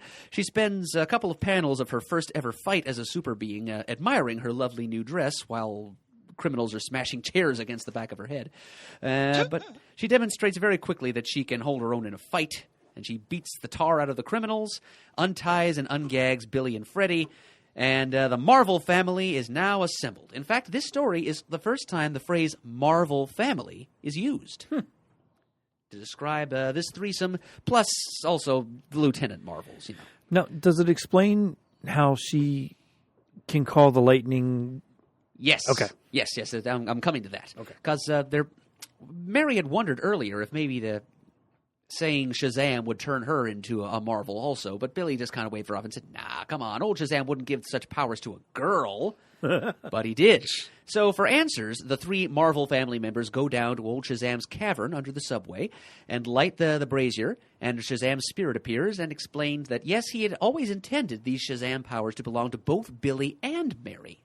But we are told further, Mary's powers differ slightly from Billy's in that they're bestowed not by gods, but goddesses. So Shazam is a different acronym in her case. It's S for the grace of Selena, the goddess of the moon. H for the strength of Hippolyta. A for the skill of Ariadne, the Spider-Woman. Z for the fleetness, not speed, mind you. That's not ladylike enough. Fleetness of Zephyrus, which is actually in Greek mythology a male deity, not a goddess at all. A for the beauty of Aurora, the goddess of the dawn, because, grace and beauty are such important qualities in a crime fighter. And M for the wisdom of Minerva. So those are her patron deities. In effect, she's got all the same powers that Cap has, though. I'll tell you what, they really went in a lot of effort to make them work, to be all these acronyms to mean gods and goddesses' names. Wow. Yeah, and coming up with a goddess whose name began with Z would be challenging. Yeah. So, there we are. It is established that she is a member of the Marvel family, and she will be a major Fawcett superstar in the months and years to come. In fact, she makes her return appearance the very next month in Captain Marvel Adventures number 19, which is entitled The Training of Mary Marvel. And this story, we're told that a little time has passed between this issue and the one that came before it. So Captain Marvel has been taking her out on ride-alongs, so to speak, training her in how to use her powers. And in this story, she gets to go out on her own and investigate what she thinks is a shady goings-on at a lecture hall where a professor of zoology claims to have captured beasts from the planet Venus, which Captain Marvel, as we know, has already visited. Mary suspects that foul play is going on, that this is all a scam, it's a racket. Billy doesn't think there's any credibility to what she's saying and says, okay, you're so sure that this isn't on the level, you go and investigate. It'll be a good chance for you to save the day if you're right. So we learn in this story that while Captain Marvel is perhaps a little wiser than Mary Marvel is, perhaps simply by virtue of experience, Mary Batson is actually wiser than Billy Batson is, because Mary's hunch turns out to be correct. She just goes about it a little bit in the wrong way and fails to expose the mountebanks from Venus in their little scam. But then Captain Marvel and Mary Marvel work together, do a little bit of investigating, find the proper evidence, expose the criminals the right way, but Mary Marvel still has to rescue Billy from a trap that was laid for him by these crooks before the issue is over. So each of them helps the other one out of a spot in the course of the story. And by the end of it, Cap has decided that Mary is ready to fly it alone.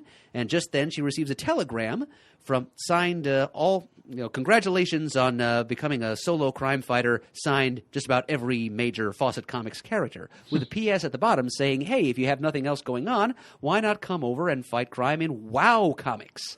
Signed Pinky, who is the teenaged sidekick of Mr. Scarlet. Okay. A Batman-like crime fighter character. So once again, Fawcett breaks the fourth wall here. Yeah, definitely. Which they've done periodically. A couple quick questions, Murd. In your notes for America's Greatest Comics number 6, oh, yeah, you indicate that they're clearly in New York City. So there's no mention yet of Fawcett City, I take it, at this point. No, definitely not. They don't even directly mention New York City, but some of the landmarks in that issue. Yeah, that story you referenced, I was going to get back to that in a minute. I just wanted to apologize. Wanted to finish up with Mary quickly here. So, yeah, so that issue ends with Mary flying off, waving goodbye to Cap and saying, I'm off to WoW Comics! And she... Now, Mary's his twin sister. Right. Is that always the case as time moves on? Because my impression, as I was reading Captain Marvel and SHAZAM and whatnot, was that she was older than him. I think it's just... You are right, Shane. Okay. She's often drawn to... Mary Batson usually is drawn to be a little bit taller than Billy, but being a girl... And that girls, could be. they I mean, mature yeah, physically sure. faster than boys do usually, which might also explain why she's a little wiser than Billy is. And, was there a romance between Mary and Captain Marvel Jr.? Not that I've seen. I'm just now starting to read the Golden Age Marvel Family series, which teams up members of the Marvel family in each issue. But as of the first half of the Golden Age, they really didn't encounter each other that often. So no. So Mary moved over to WoW Comics then, and her strip there began in issue number 9. I love how Fawcett made sure their readers would know where to go to sell this other title, and how they just inserted it right in the story. Yeah, just good cross promotion. And Absolutely. I always ever since watching, I know you don't like it, but watching Ferris Bueller where he breaks the fourth wall, I like any story movie that takes a minute and winks at you and breaks that fourth wall in some way. Absolutely. Well, Golden Age Comics did it all the time. All right, now quick mention of the comic that Chris mentioned earlier, America's Greatest Comics number 6. The Captain Marvel story in that issue involved the Greek pantheon, which included a couple of the gods that empower Captain Marvel, coming down to Earth for a little rest and relaxation, because all the aerial dogfights going on for World War II were making a racket up there in Mount Olympus. So they came down to New York City for a vacation. Making a racket. I can't sleep, that darn plane. Those Japanese Zeros are driving me buggy. That's it, let's go to New York. And while they're down there, of course, Zeus can't throw the magic thunderbolts that turn Billy into Cap, so his magic word is useless, so the world is without Captain Marvel, and this touches off a slippery slope where crime runs rampant, and there's a cameo by Ibac as he decides, oh, the cat's away, the mouse will play, I'll break my promise not to become Ibac again and start committing crimes again. And eventually this results in such pandemonium in the United States that it's noisier there than it was up in Olympus where the gods had been. And the gods realize, okay, Captain Marvel needs to be in place down here for Earth's peace of mind and for ours. They go back to Olympus and they give Captain Marvel his powers back. It's kind of a riot of a story. It's really legitimately funny. Murd, a question, a comment. Then unfortunately I have to depart. I apologize, gentlemen. All right. You talk here for Captain Marvel Adventures 19. They have on the cover the largest circulation of any comics magazine.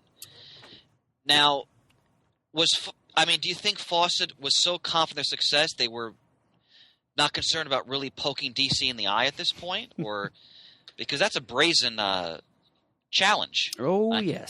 And considering how litigious, maybe they just didn't think National was actually going to go to those lengths and actually sue them. But it had already happened by this point.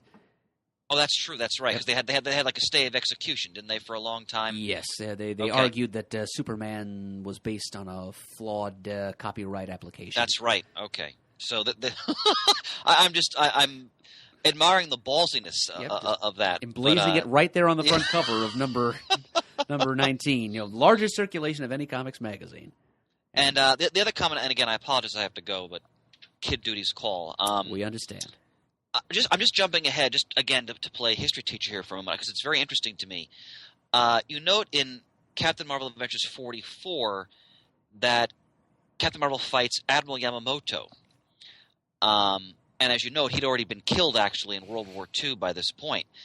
And just what I think is very interesting, just in case some listeners aren't aware, Admiral Yamamoto, who did devise, he was the architect of the attack on Pearl Harbor, had actually spent a great deal of time in the United States as a diplomat, which is very rare for any Japanese to have spent time in the United States.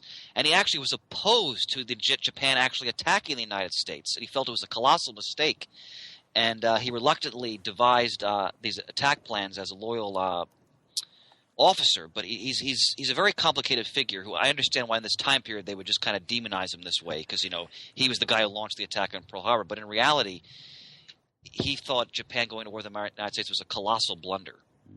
So he's a very interesting figure. I just wanted to point that out just to kind of give him a little more of a proper recognition. Because he's just an interesting figure in history. Yes, I'm glad you did that, Chris, because if you'd read Captain Marvel Adventures number 44, you'd never have guessed there was anything complicated about him at all. Well, and that's to be expected because it's World War II, and naturally you're going to portray your enemy in that way, especially someone who's considered the architect of the attack on Pearl Harbor. But it's very interesting. In fact, he was actually threatened with assassination by other Japanese officers for his points of view. So interesting stuff. Indeed. Gentlemen, I apologize. I wish I could stay on, but Sure. Can you stay for one more issue, Chris? I sure can. 'Cause I want to hear your howls of laughter. Because this I is can something, do that. it's not even included in your notes. It's something I forgot to put in there. Oh, Added even to better. So even this better. is an ambush. Oh, surprise. So the same month that Mary Marvel made her debut, December of 1942, in the pages of Fawcett's Funny Animals #1, a different kind of Marvel was introduced, Hoppy the Marvel Bunny. That's right, Hoppy. Wait, what was the title of that book? Funny Animals, you said? Funny #1? Animals, yep. Funny Animals Okay. #1. And Wow. Hoppy was definitely the headliner. He was created by a cartoonist named Chad Grothkopf, who went on to be involved in some of the earliest TV programs, animated TV programs ever produced. Nice. So Hoppy was just this mild-mannered little pink rabbit that lived in the land of Funny Animalville. And he was just daydreaming under a tree, reading his copy of Whiz Comics. It's some sweetheart of a distribution deal Fawcett had. I was going to say, so Wiz was able to penetrate this animal dimension as well with their distribution? Yes, it was. And he just idly says, gee, I wonder if I could become strong like Captain Marvel if I said Shazam. And it turns out, and suddenly he gained powers. Years later, we learn that his Shazam stands for something different for him, too. Oh, gosh. He gains the wisdom of Salamander, the strength of Hoggules, the stamina of Antlers, the power of Zebrius, The courage of abalone and the speed of monkery. And he uses these powers. In his first appearance, he fends off these Axis animals that show up in Funny Animalville. And they try to enslave the populace into producing rations for an invading army of other fascist fauna that are about to come over the ocean. And he sends them all packing, and he's the big hero. And he impresses his girlfriend, Millie, who loves... He calls himself He's called Captain Marvel Bunny to his friends in Funny Animalville. Because Hoppy's his secret identity, so obviously he can't be Hoppy the Marvel Bunny. Yeah. But doesn't Hoppy interact with Captain Marvel eventually? Eventually, yes, Yeah, but okay, it takes a I while. thought I think there is a story where he teams up with Mary. But yeah, sooner or later, I mean, certainly when the Fawcett properties passed over into DC's possession, then Hoppy and Captain Marvel do meet. Wow. Well, that's only when keeping the grand and glorious tradition of DC super pet sidekicks. So Sure. They got to bring him in there. Oh, Mert, I'm glad I stayed on for that because I'd actually forgotten about Hoppy until you mentioned that. So this is Funny Animals number 1, 1942. Is that Correct. his first appearance? That's right. Now, you've read that story obviously because I definitely gave us a have read it. synopsis. Yes. Okay. Mm-hmm. So that very amusing synopsis aside, what is your take on that story just in general? Did you think it was well done? Was it perfect for the time period in terms of its tone, or did it feel very strange even for then, or what? Well, it was a little odd to see the Nazi, Japa-Nazi, and Italian fascist animals show up. It was a dog named Herman and a Japanese rodent of some kind named Zero, I think, and a big Italian ape named Mus. Wow. Now, did they give them the appropriate racist dialects and accents for the time period? Well, yes, they certainly do. Fawcett's big on that. So the thick German accent, the Japanese accent, punctuated with occasional honorables. Of course. Mus mostly just says, me too, like monkey see, monkey do, because Mussolini just falling in step with the Germans. Well, Italy was definitely the weakest link in the Axis powers militarily. Just an also-ran. Yeah, hell, the Italian people didn't want to really be in the war for that matter, for the most part. So, Murd, outstanding. Wow. I'm glad to go out on that note. Well done. Well, glad I could provide you with a few chuckles on before you have to go back and take care of family stuff. Oh yeah, it's fine. But gentlemen, again, my apologies for leaving. This is Well, fine. You go then. again. I would tell to the listeners, this is just looking again at what Murd has written out for us. This is a phenomenal spotlight. I mean, this is a syllabus. This is tremendous, Murd. Yeah. So, I look forward to hearing the rest of this once you guys have finished it up. Okay, Chris. Well, thank you very much for being here for a little while. Best to Keiko and the kids, and please apologize to Keiko again that I couldn't be there for your party the other night. Same here. Oh, believe me, gentlemen, she understands. And Murd, I'm sure going to be asking you questions about Monster Society of Evil next time we speak. Oh, so I'll try to be ready for them, Chris. Well, because I noted some listeners. Again, the great thread that's been set up about the spotlights about Captain Marvel. I learned a wonderful thing. Some listeners noted they did reprint. I think they said in the late 80s. Yeah, it was 1989. Yeah, when reprints of anything were fairly rare. Exactly. They did this hardcover of the entire saga, the Monster Society of Evil. So that's something I've never even seen that book in person. So I'd love to find a copy of that. So gotta love the forums. Yeah, absolutely. Gentlemen, Lucky to have them. I bid you a fond farewell, and we shall talk soon. Fare thee well. All right. Good night, gentlemen. Take care. Good night. Bye. All right, well, now that he's off, no, I'm just kidding. Exit Chris Everly. Yeah. Let's pass around the Captain Morgan now. Exit stage. Stage left even. All right, let's press on here. We've gotten through 1 year, and we've got a lot more ground left to cover. So we've got Hoppy the Marvel Bunny. We've got Mary Marvel. Let's continue on into 1943. All right, in Captain Marvel Adventures number 21, Captain Marvel meets the Soothsayer, who's this aged old fellow in long beard, sorcerer's robes, peaked hat, who's just kind of doddering around the city, whether it's New York or Fawcett, whatever it is, randomly making predictions of the future. A couple of gents sitting at a shoe shine booth he happens to wander past them, muttering about the future. One of them asks, okay, well, who's going to win the third race downtown today? And he's like, and he says, War Admiral in the third race. It is written. So this guy's prophetic powers are kind of played for laughs. But the story takes kind of a strange and serious turn when Captain Marvel runs across the Soothsayer, and the Soothsayer begs Captain Marvel to kill him. Because it turns out that the Soothsayer is actually an ancient being, almost as old SHAZAM himself, who he peeked into the dwelling place of whatever pantheon of gods he used to worship. And as punishment for this transgression, he was cursed with, 1, the ability to see the future, and 2, eternal life, whether he wants it or not. So that he would always live to see all of his predictions come true every time. Huh. So eventually life became just one monotonous grind, always knowing what's going to happen and never being able to stop seeing this, never being able to stop living. So the knotty problem of assisted suicide is somehow introduced to the sunlit world of the Golden Age Captain Marvel.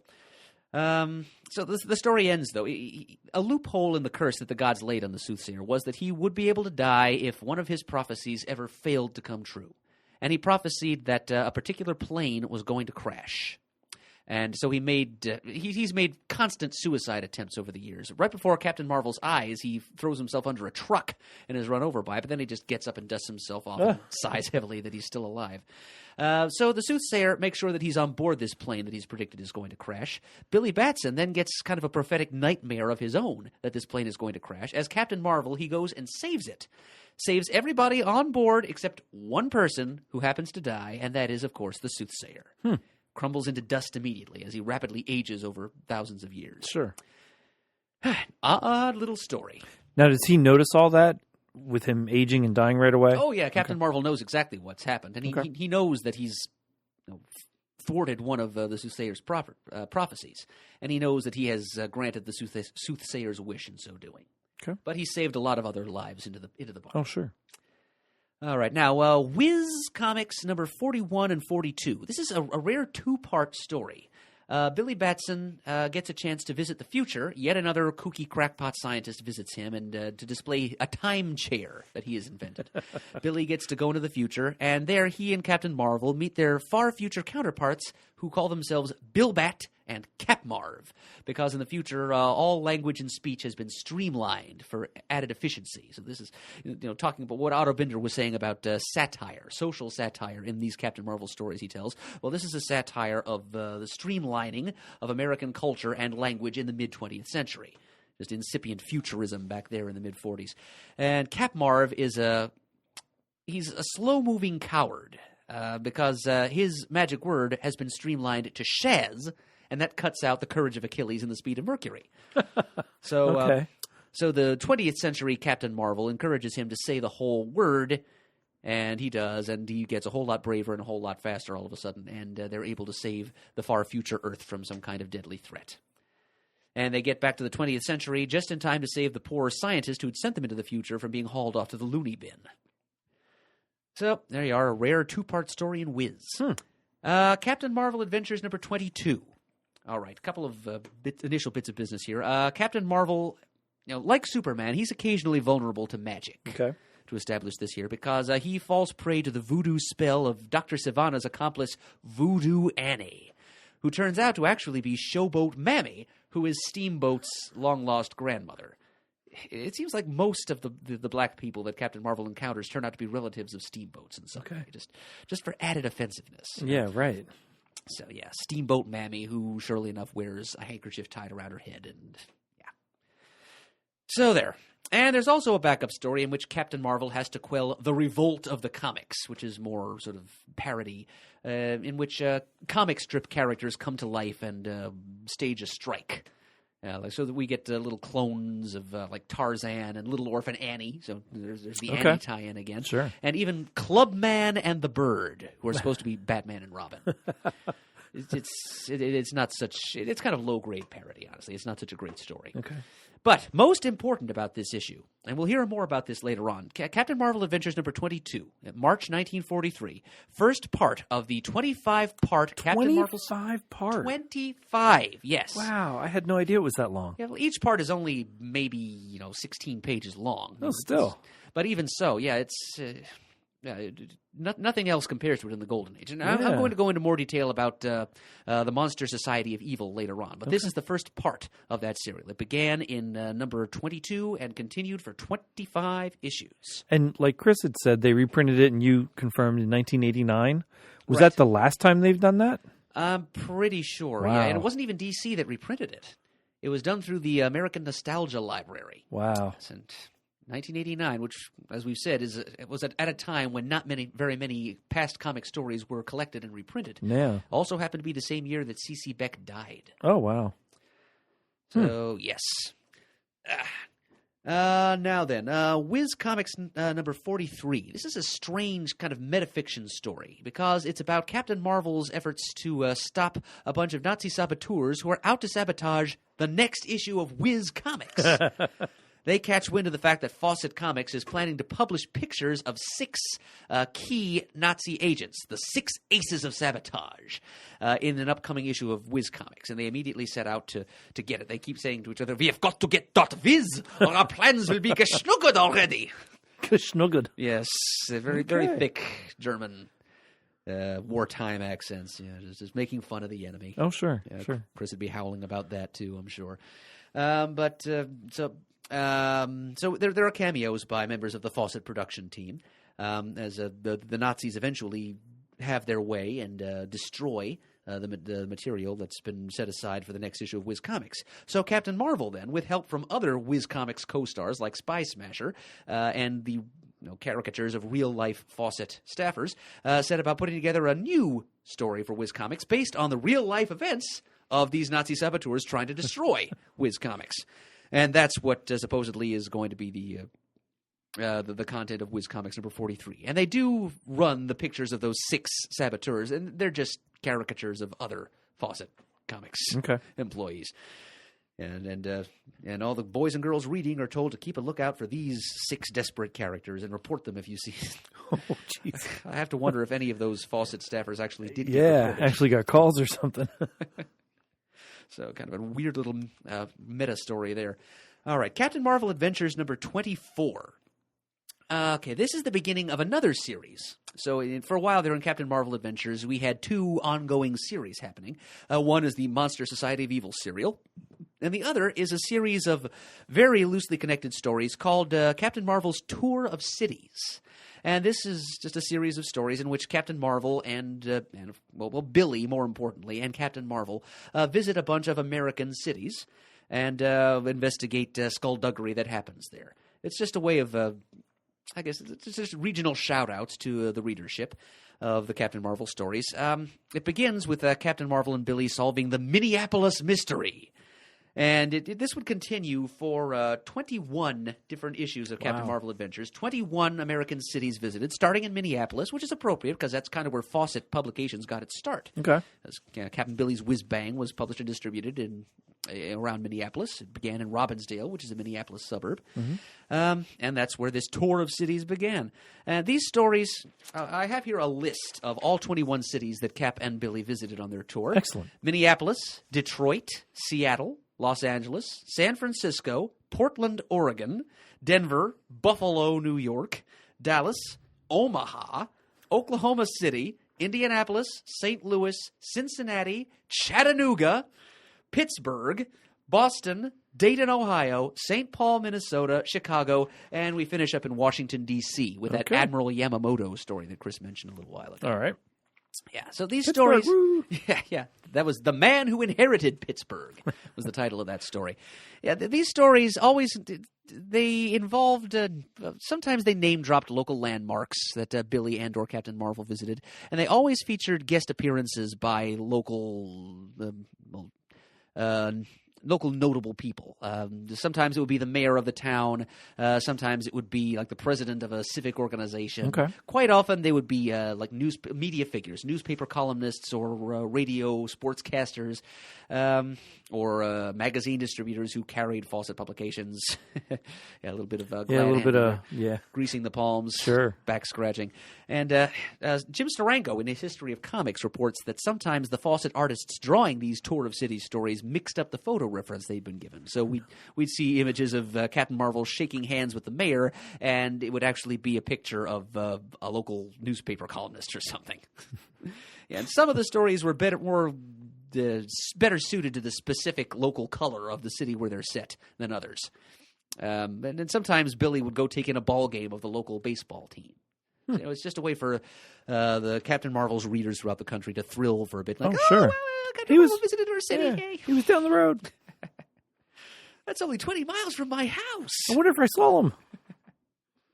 Yep, so that all started in Captain Marvel Adventures number 24. Okay, America's Greatest Comics number 8. This was the final issue of that series. Captain Marvel's story, he gets to go to Mars and play baseball there. So, How did he get there? he was actually kidnapped by. Okay. Apparently, there was a war going on between children and adults on Mars, and Billy Batson and a couple of other New York area orphans were on their way to a baseball game between the Dodgers and the New York Baseball Giants. Okay. This is the Brooklyn Dodgers. I was going to ask. Brooklyn Dodgers. And they were shanghaied into space by the Army of Children, and while there, they helped to resolve the war through teaching the Martians to play baseball against each other instead of fighting. And so they brought about a reconciliation between the Martian adults and kids. And the two New York orphans who were waylaid into space decided to just stay there on Mars, as Billy Batson turned into Captain Marvel and flew home. Okay. And also in that issue, which is, again, the last issue of America's Greatest Comics, it only lasted 8 issues, Captain Marvel Jr. finally got a story in there in which he faced the Nazi dream-controlling villain, Mr. Morpheus. Brooklyn Dodgers were my mother's father, my grandfather's favorite team. So was it another one of your grandparents who was a Yankees fan then? Carlene's grandfather is a Yankees fan. I knew there was a history of that in your family, but I didn't know there was a Dodgers fan in there too. Yep. How about that? My grandfather's Dodgers, Carlene's grandfather's Yankees, my dad Phillies, his dad probably Phillies and Athletic A's. I know. Oh, wow. He That's going never back made there. it, but I know he tried out for it back when he was a kid. Wow. And then he got hurt. But yeah, teams we follow. Yeah, it's quite a legacy of baseball fandom you've got in your background there. Well, let's see. Where was I, Mr. Okay, Captain Marvel Adventures number 27. The Tour of Cities story there involves Cap going to Los Angeles and tries to make a movie. And he gets his footprints in cement at Grauman's Chinese Theater. Okay. Then, in the same issue, he fights gremlins, kind of like the Disney cartoon gremlins, on board a U.S. Air Force plane. And not related to the actual content of the issue, but on the back cover, there is one of the earliest ads for Tootsie Rolls. Nice. Produced by the C.C. Beck Studio, written by Rod Reed, who was a writer and editor for Fawcett, and drawn by Beck himself, Captain Tootsie and Rollo. And those strips would appear throughout the Golden Age in various publications. But this is the earliest one I could find in a Fawcett comic. Nice. Still around today. Yeah, well, Tootsie Rolls Tootsie are. It's Rolls, true. yeah. Actually, Captain Tootsie and his sidekicks had their own comic book eventually, sometime in the early 50s, I think. Wow. Okay, now Whiz Comics number 47. Okay, so here's another tease of Billy Batson's past and heritage. I guess they were planning all along at some point in the Golden Age to address this in more detail, but instead they just kept stringing people along. Because we know that we don't really hear much about his parents. We just know that they died when Billy and his twin sister Mary were infants. Billy ended up in an orphanage, and in his origin story in Whiz number 2, we learn that he was adopted temporarily by his evil uncle, who then got his hands on Billy's inheritance and kicked him out on the street. So in this story, in Whiz Comics number 47, Captain Marvel, who is a legal adult, sort of, decides that, Mr. Sterling Morris, Billy's boss, is running for public office against someone who is obviously a criminal. And Captain Marvel wants, it's going to be a very, very close election. Every single vote counts. So Captain Marvel wants to get in there and try and turn the tide in Mr. Morris's favor, but he's turned away at the polls because he can't prove his date of birth. So Billy then visits the orphanage where he was when he was a baby, and a nurse there isn't able to provide him with any official records. But she happens to be able to read tarot cards, so she whips out a deck of tarot cards and tries to determine how old either Billy or Captain Marvel is. She fails in determining Billy's date of birth. She projects that Captain Marvel's date of birth is About 3,004 years ago. Which isn't really So that's not going to work. Yeah, it's not really Cap's date of birth anyway. It's more like the date of birth of King Solomon or a couple of the patron deities that give him his powers. Sure. But it seems to be enough for comic book logic, though, to understand that he was that old. So Captain Marvel is then able to go to the polls and vote, and there's some more nonsense going on with the criminals who are running against Mr. Morris, trying to fix the election. Captain Marvel sorts that all out. But by the end of it all, Captain Marvel is still despondent that he doesn't have a birthday, but he's surprised with a surprise birthday party from all of his friends and co-stars in Whiz Comics. So Ibac the Invincible and Spy Smasher and all of them show up. They have a party for him at Whiz Radio. And also Captain Marvel Jr. and Mary show up, which is... technically, Mary Marvel's first appearance in Whiz Comics. It's just a little one-panel cameo. Nice. But she's there. But once the party is all over, though, Cap is still kind of feeling blue that he doesn't have an official birthday, and it's that point that he turns out to the readers and pleads with them, won't you please send in your birthdays? Won't somebody let me borrow your birthday to be my birthday? Do they use that as a contest or just throw it out there? No, there was no prize offer. They just asked readers to volunteer their birthdays for Captain Marvel to borrow. I really got to kind of wonder what is their angle in doing that? What do they stand to gain from learning the birth dates of their various readers? I mean, if they provided the year in addition to the month and day, that would tell them about how old their readership is. So it could be. Demographic research, that might be useful there. And at the same time, allowing the young folk reading to feel like they're doing something with the comic and their character, make it a more real world type thing, breaking that fourth wall again. Of course. Yeah, and they were inundated with mail as a result of that. I happen to know that. They had a huge readership, the largest circulation of any comics magazine in the country. So, yeah, plenty of little boys and girls and also full-grown adult men and women. I mean, I saw a reproduction in one of the Fawcett comics I read of a letter from a GI saying that Captain Marvel was welcome to borrow his birthday. Nice. So that would come to fruition in a couple of issues later. Okay, now Captain Marvel Adventures number 28, one of many times when Dr. Sivana pretended to go straight to trick Captain Marvel into a trap. So here he actually he pretends to reform and goes around with Captain Marvel using his knowledge of the underworld to bring down as many of his erstwhile criminal accomplices as possible and bring them all into justice. And in so doing, he convinces Captain Marvel that he really has gone straight, and then when Sivana announces his plans to run for governor, Captain Marvel endorses him. Sivana wins the governorship and goes on. The first thing he does when he assumes office is to write out pardons for all the criminals he put in jail. And they all come out to become his private criminal army. Sure. And, Captain Marvel undoes all of this, of course, as he always does and always will. But this story is important because this is the first time, officially, that Dr. Sivana refers to Captain Marvel as the Big Red Cheese. Okay. Not Big Red Cheese Cake, but Big Red Cheese. Captain Marvel Adventures number 28. Whiz Comics number 48. Now, this is the second appearance of Mary Marvel in Whiz Comics, and the first substantive one. She's really an important part of the story. The story is called Captain Marvel Pinup Boy, in which Captain Marvel volunteers to be photographed. Just a little bit of beefcake stuff. For, pictures for the wax. The female members of the military serving overseas. Okay. Just something to send out to them to pin up in their barracks, the same way the men have Betty Grable. Sure. So, however, the photographer is a Nazi subversive agent, and he hides a secret code in the glossies that Captain Marvel has taken and distributes to the wax overseas. And he and Mary go overseas and to try and gather up all these tainted photographs. Mary gets to tussle with a female Nazi agent. Okay. Which, you don't see all that often. No. Just... If it wasn't in Wonder Woman, you really never saw it all that much. Right, Baroness von Gunther. Yeah. It was a little bit like that, actually. Okay. But yeah, she was undercover as a whack, and then Mary Marvel took a whack at her. So that's kind of a fun little story. Yeah. A little bit of wartime fun. But like I said, it's the first significant appearance of Mary in Whiz Comics. Captain Marvel Adventures number 29 is a very special story about juvenile delinquency, the reform of Roughneck Ryan.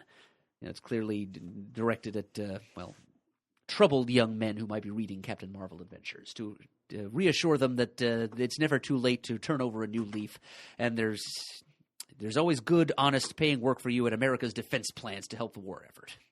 A little propagandistic. Let's see. Whiz Comics number 50, Cap in the Buff. Captain Marvel and Billy take a fishing vacation out in the country. Cap goes skinny dipping at some point and leaves his costume on a bush. And some criminals who just happen to be nearby get their hands on it. And so poor Billy, when Cap says Shazam and turns back into Billy, Billy is fully clothed. Because Captain Marvel is not only the world's mightiest mortal, but also the world's most modest mortal, he can't operate in the nude. Yeah. So Billy is forced to use his own wits and not rely on Captain Marvel's power because Cap will refuse to come as long as he's naked. Naked, yeah. So he has to go out and foil these criminals himself, get back Cap's costume. I would have never expected that out of a comic book. In 1943. No, not at all. Captain Marvel Adventures number 31, more social and political satire going on here. A story in which the Council of Gods, who convenes in Cloud Castle somewhere up in the heavens, decides to repeal the law of gravity. So this is kind of a parody of the American legislative process. And chaos ensues, and Captain Marvel has to fly up to Cloud Castle, and because he gets his powers from Shazam, a former member of the Council of Gods, he's allowed to come in and make his appeal. And it turns out that the whole repealment of gravity was pushed through by a young rabble-rouser of a god named Gogol. And Captain Marvel basically punches a god, albeit a very minor one, Gogol, right in the face. And clearer heads prevail, and the chairman of the Council of Gods, Wotan, reinstates gravity, and all is well again down on Earth. Silly little story there. Let's see. Whiz Comics number 52. Okay, this is cover dated February of 1944. This is a follow-up to Whiz Comics number 47's pick Captain Marvel's birthday story.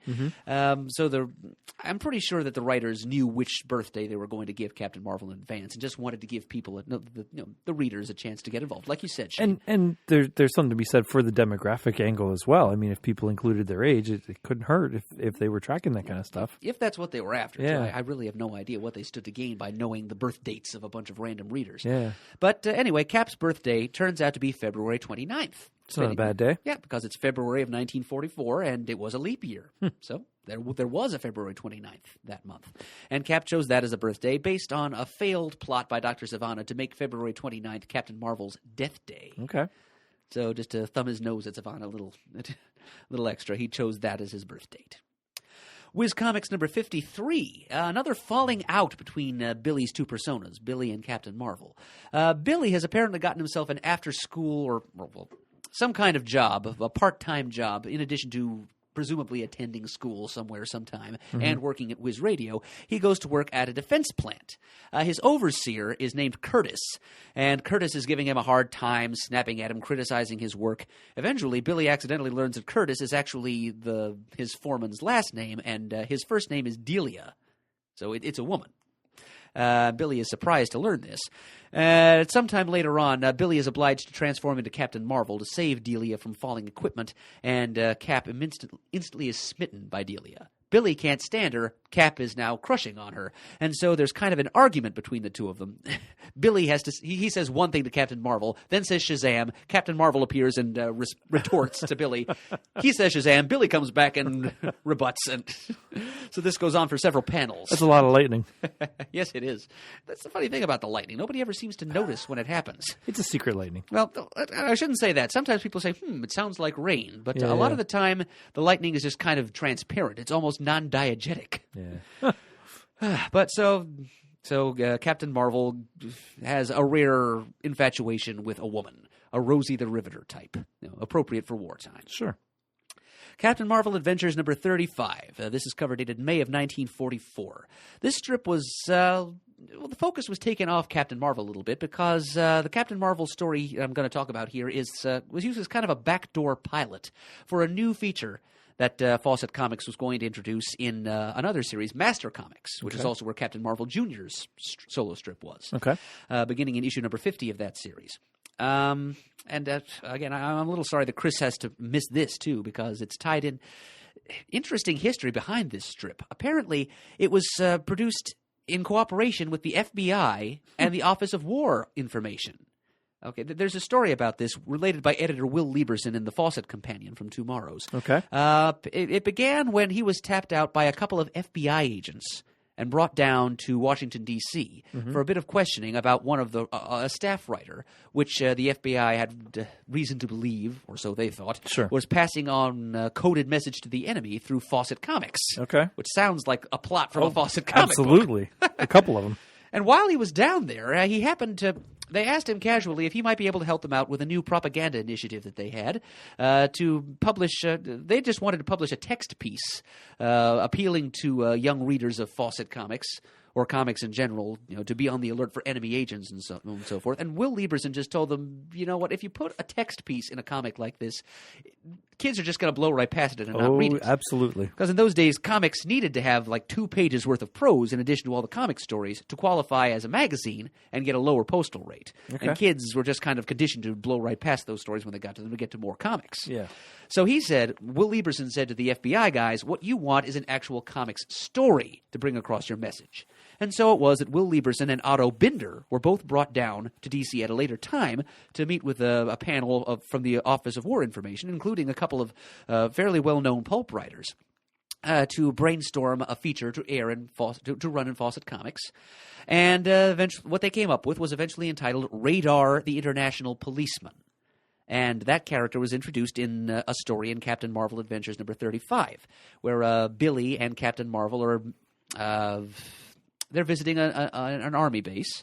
And also on hand is Bob Hope and Dorothy Lamour, co-stars of the Road to movies, along with Bing Crosby in the 40s. And I think this may be Bob Hope's first appearance in a comic book. I mean, it's the better part of a decade before his DC series started up. He appeared in a series called Calling All Boys sometime in the late 40s. Okay. This might be his first appearance in a comic. And it's probably Dorothy Lamour's, too. Was it done with their permission or just kind of done, do you think? I think it was probably just kind of done. Okay. Although, Fawcett had Hollywood contacts. They did a lot of motion picture magazines and also comics based on certain motion picture characters. They had a Hop-Along Cassidy Western comic that ran for years, and they did that with at first I think they went without the approval of the actor, Bill Boyd, I think his name was, but then they worked out a deal with his agent. Okay. But yeah, Bob Hope. They might have sought his permission to use his likeness here. I can't be sure. Okay. But he was just in for a couple of pages. He's performing for the troops, and he's about to bring on Dorothy Lamour when an army-based prankster pulls a switcheroo on him, and he comes out dressed in a sarong and a potato sack for a sarong and a mop for a wig, pretending to be Dorothy Lamour. This is an FBI co-production. You got to wonder if J. Edgar Hoover had input into that bit. Yeah, right. Jeez.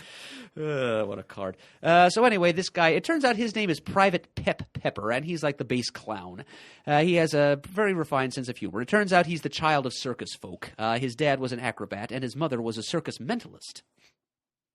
And he's very nearly court-martialed for what he pulled on Bob Hope, but he offers instead to make amends to put together another entertainment extravaganza using some of his fellow servicemen, and so they do. And Captain Marvel even volunteers to help Pepper out by boxing with him in an exhibition boxing match.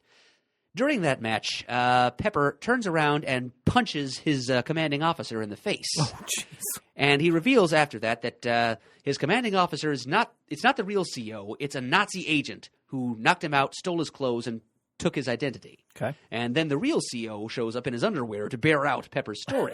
And it turns out Pepper knew this because he has psychic abilities, which he inherited from his circus medalist mother. And shortly after that, a bunch of FBI spooks come and take him away to Washington, D.C., where he's debriefed by a group of top-secret war chiefs who refer to each other by the names Joe, Franklin, Winston, and Kai Shek. So guess who? Yeah. Yeah. And so they tell him that he's going to be a free agent, an international policeman now, not officially sponsored by any body of any government, and he's just going to go around the country, starting in South America. That's his first mission, and ferret out subversives everywhere. Okay. And so that's his strip in Master Comics spun off from there. Interesting. Yeah, so it's just brought to you by the American wartime propaganda machine. Huh. And Fawcett was playing ball. So also in that story, in that same issue, though, Captain Marvel, there's a story called Captain Marvel and Discovers the World of Largeness. Quite a title. Cap visits, what would be called in modern comic book vocabulary a macroverse. Okay. Yes, it's a higher plane of reality that is connected in some way to the world that Captain Marvel calls home. So Captain Marvel's world would be like a microverse to those people up there. In this story, it's called Magno World. Captain Marvel goes up there, and this is kind of crazy creative, but it gets less creative as the story goes on. He discovers that events in Magno World are directly tied to his world, and whatever happens up there will eventually happen later on down there. Okay. The main difference up there is that names are spelled backwards. So Hitler is Relte, and Germany is Inamreg. And so Captain Marvel then goes about fighting Nazis up there, Okay. the way he never seems to find time to do, except on the covers. And lots of Golden Age Captain Marvel covers show him slapping the Japs or shocking the Nazis. Or Now, not that it would ever be thought of this way, but I wonder, and I don't know my history that well anymore, when the Fifth Dimension and Mixio Spitlick and Batmite and all them came out, because to me, not that it's directly related, but another plane of existence, name spelled backwards, kind of sounds like their whole shtick a little bit. it does at that.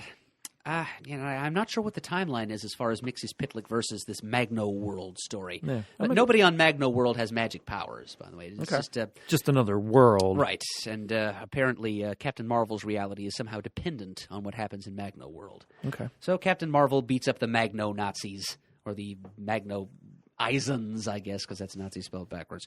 And he comes back down. He basically single-handedly wins the war up there in Magno World, the way he doesn't ever really seem to do in his comics. Yeah. He's always fighting subversives, but he rarely takes the war over to Hitler. But he almost single-handedly wins World War II in Magno World, and then he comes back to his own reality and thinks, hey, that happened up there. It's only a matter of time before it happens down here. And sure enough, just a couple of years later... Yeah. Yeah, because this is 1944, after all, we're in now. So, Yeah. so the war is only about another year to go at this point. Let's see. Captain Marvel Adventures number 37 is a rare guest appearance by Mary Marvel, as she and her twin brother, Billy, as Cap, team up to thwart collectors from outer space. And there's also a story in which Captain Marvel meets a conjoined twin. It's an underrepresented demographic in comics. They're collectively called Mr. Double. Okay. I think their real names are Mike and Ike. and one of them is about to embark on a life of crime, and the other one wants nothing to do with it. So Captain Marvel saves the day, sets them back on the right path, and finds them a job at Union Station answering traveler complaints. Let's see. As of Whiz Comics number 58, this is up to September of 1944. Now, I'm skipping quite a few issues now, which is just as well because we need to save time. The page count in Whiz Comics is cut in half, from 64 pages down to 32 pages due to wartime paper shortages. Okay. Whiz Comics number 59, the next month, has a cover that's like a family portrait image featuring all members of the Marvel family, including a bunch of supporting characters. Mr. Morris and his niece Sissy, Steamboat is on there, Whitey Murphy is on there. And the story inside introduces us to Dr. Sivana's good twin. Yes, an upright citizen named Reginald Q. Dishlather, who happens to run a... It's almost as good as Stinky Prist Whistle, isn't it? And the joke in the story is that nobody can ever get his name right. But only his wife can get his name right. And so he's an upstanding citizen, and he's not exactly sweetness and light. He's a little bit self-important and gruff, but he's at least on the side of law. He was about to offer Billy Batson a priceless diamond to offer as a prize for whoever can buy the most war bonds at an upcoming war bond rally. But then Dr. Sivana catches wind of the fact that he's got a double who runs a jewelry store, and he takes advantage of this fact to go in and loot his double's Well, sure, he's evil. inventory. Yeah. And in the end, his Mr. Dishlather's wife has to come in And give me sort his out. full name again. Reginald Q. Dishlather. That's funny. Let's see. Same month, Captain Marvel Adventures number 39. Captain Marvel encounters a group of well, they're described as shipwrecked slackers in the title of the story. They're a bunch of fairly well-off Americans. There's a spoiled rich actress, an overweight wealthy gentleman who's a true glutton and can't stop eating. And so these spoiled individuals are out there. They took to sea to avoid wartime rationing and other unpleasant conditions in wartime United States. And they ended up shipwrecked on an island. And Captain Marvel, rather than simply rescuing them, decides to put them into a Survivor-style social experiment where he compels them to live on this island just on whatever materials they happen to have handy for a certain period of time, just to teach them a lesson before he'll take them back to the United States.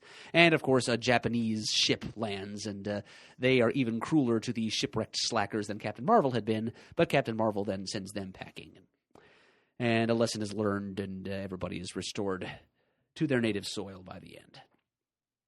Okay, Whiz Comics number 61. Captain Marvel becomes part of a scheme by a conniving lawyer to apparently a wealthy, eccentric millionaire has recently died, whose last name happened to be Marvel, and he had no known heir.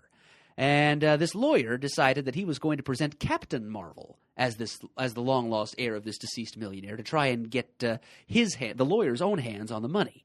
But Captain Marvel he can't be presented as an heir because he doesn't have a birth certificate or a full name. Okay. So the lawyer, on the fly, assigns him a full name. Captain Marvin Milton Marvel. Captain Marvel toys briefly with the idea of keeping this name full-time, but then when he realizes what the lawyer is really up to, he decides he wants no part of it anymore, and he goes out on a quest to find the real lost heir of this millionaire. Turns out to be a penniless farmer out in the backcountry someplace who's got a large family to support and a farm on the verge of going bust. So this backcountry Marvel... Captain Marvel brings to the city to stand in court and receive his inheritance. His farm is saved. The lawyer's schemes are dashed. And Captain Marvel decides that from then on he's not going to bother with real names. He'll just be plain old Captain Marvel. Just rank, no name or serial number. Let's see what happens next. Captain Marvel Adventures number 41. Oh, this is a fun story here. So this is a story 4 years in the making. We're just about 4 years after. It's in 1944. Captain Marvel's been around for 4 years, since 1940. And SHAZAM gets involved in this story. We see Billy opening sealed orders that SHAZAM apparently slipped to him before the giant granite block fell down and crushed him to death. Billy returns to the SHAZAM's subterranean chamber, lights the brazier, talks to SHAZAM, and he is told that the 7 deadly enemies of man. You know, we saw those statues, those carved, those graven images of them in the entrance corridor to SHAZAM's chamber, way back in Captain Marvel's first appearance. Now they're actually playing a significant part in a story. So this is an example of going back to Billy's origin story and reinterpreting it for stories in the present day. SHAZAM tells Billy that a group of human beings, each of whom are avatars of one of the 7 deadly enemies of man. You know, later on, the 7 deadly enemies themselves come to life and bedevil Captain Marvel and his friends. You know, that's kind of what the JSA Virtue and Vice original graphic novel is all about. Yep. By Jeff Johns. Great novel. Yeah, but here the 7 deadly enemies of man are just represented by human beings who exemplify those qualities. And those 7 deadly enemies are pride, envy, greed, hatred, selfishness, laziness, and injustice. So 7 human beings, each of which embody one of those undesirable human qualities. Every 4 years, they have a quadrennial meeting to plan new devilry. And Sivana is actually a member of this group. He's there representing pride. Okay. And he is the group secretary. And SHAZAM warns them of the no good that they're up to, these 7 deadly enemies, each of whom seems to have the ability to inspire whatever quality they represent in other people. And so Billy has to deal with Mr. Morris being influenced by greed to rob the WHIZ payroll. Whitey Murphy is visiting from the surface. Remember, he's the one who went into the Army. Yep. And Mr. Morris's niece, Sissy Summerly, also makes a cameo appearance. And the two of them and Billy go for a walk in the park. And then hatred and envy get their claws into Sissy and Whitey, and they start to fight each other. And Billy has to straighten all of this out as himself and as Captain Marvel. And, of course, in the end, the 7 deadly enemies of man are thwarted for another 4 years. But it's just kind of cool that they went back and used that Oh, yeah, absolutely. catalyzing element from the origin story Yeah. to some greater effect. Let's see. Captain Marvel Adventures number 42, yet another mad scientist's machine, a world of if machine, which is kind of like the what if machine that Professor Farnsworth uses in Futurama. Shows us. I love that episode. Yeah. There's no thing longer in this story. A man can dream. Merge, you're speaking my language, man. Too right. So anyway, the world of If Machine shows what would happen if Captain Marvel were duped into joining the Nazi cause. And it doesn't end well for the Nazis. So this is, alternate reality storytelling comes to Earth-S. Yeah, wow. And the way Captain Marvel is duped into joining the Nazis is that a Nazi agent slips up to him with a piece of paper to sign for an autograph. And then it turns out that there's disappearing ink that appears later on, and he's actually unwittingly signed a contract saying that he promises to fight for the Nazis. Well, I guess I'll do it. Yep. Oh, gosh and golly, Sign my name. I'm too upright. I have to live up to this. And so Contract. he starts heiling Hitler and speaking with a German accent. And Wow. It's kind of silly. It's neat that there's an alternate timeline story, though, in there. That's kind of cool. The whole thing then blows up in the Nazis' face, though, and having Captain Marvel on their side ends up bollocksing the entire Nazi cause. And then the camera pulls back, and we learn that the whole thing was just a simulation in the world of If Machine, just like what happens with Professor Farnsworth. yeah. Oh, God. Okay, That's Captain great. Marvel Adventures number 43. This is Cap's first team-up with another member of the Marvel family that we haven't heard about yet. We'll get to him in a minute. We're going to do some notes about Captain Marvel Jr. and Mary Marvel. And this character first appeared in a Mary Marvel story in WoW Comics. And this is Uncle Marvel. You've heard of Uncle Marvel, right? No. Dear old, that's fine. Neither had Mary until he showed up and claimed to be her long-lost uncle from California. But anyway, he's a supporting character in Mary Marvel's strip over in WoW Comics, and this is his first meeting with Captain Marvel in Captain Marvel Adventures number 43. So they show up and foil some crime or other. And also in that story, Captain Marvel visits Nowhere, which is another dimension that he accesses through a hole in the sky, a black hole that opens up off of Earth. Okay. And it takes him to this topsy-turvy fairyland. It's kind of like a poor man's bizarro world where goodbye is hello and so on and so forth. To rescue King Nobody from conspirators. Just mild, gentle absurdism and fun with indefinite pronouns is what that story amounts to. Now we get to Captain Marvel Adventures number 44. Okay, now this is the end of Captain Marvel's tour of cities, which has been going on all this time. It ends up in Washington, D.C., where he has to battle Japanese saboteurs, including Admiral Yamamoto, who, as Chris mentioned in a history teacher's footnote, had actually been dead for about a year by the time this story was published. And they make note of that in the story, that Yamamoto was supposed to be dead. They play him as just this demonic Japanese stereotype who, death to America, dishonorable Americans must die, so they tell us that he somehow faked his own death, but then at the end of the story, they're like, as soon as we got him into custody, he committed suicide. So for that one story, Yamamoto's back, but then Fawcett's chronology lines back up with real-world fact. So Cap has to fight not only Yamamoto himself, but a couple of other Japanese saboteurs, some of whom disguise themselves as cherry trees, because this is Washington, D.C. Sure. Wow. And that's easy to do.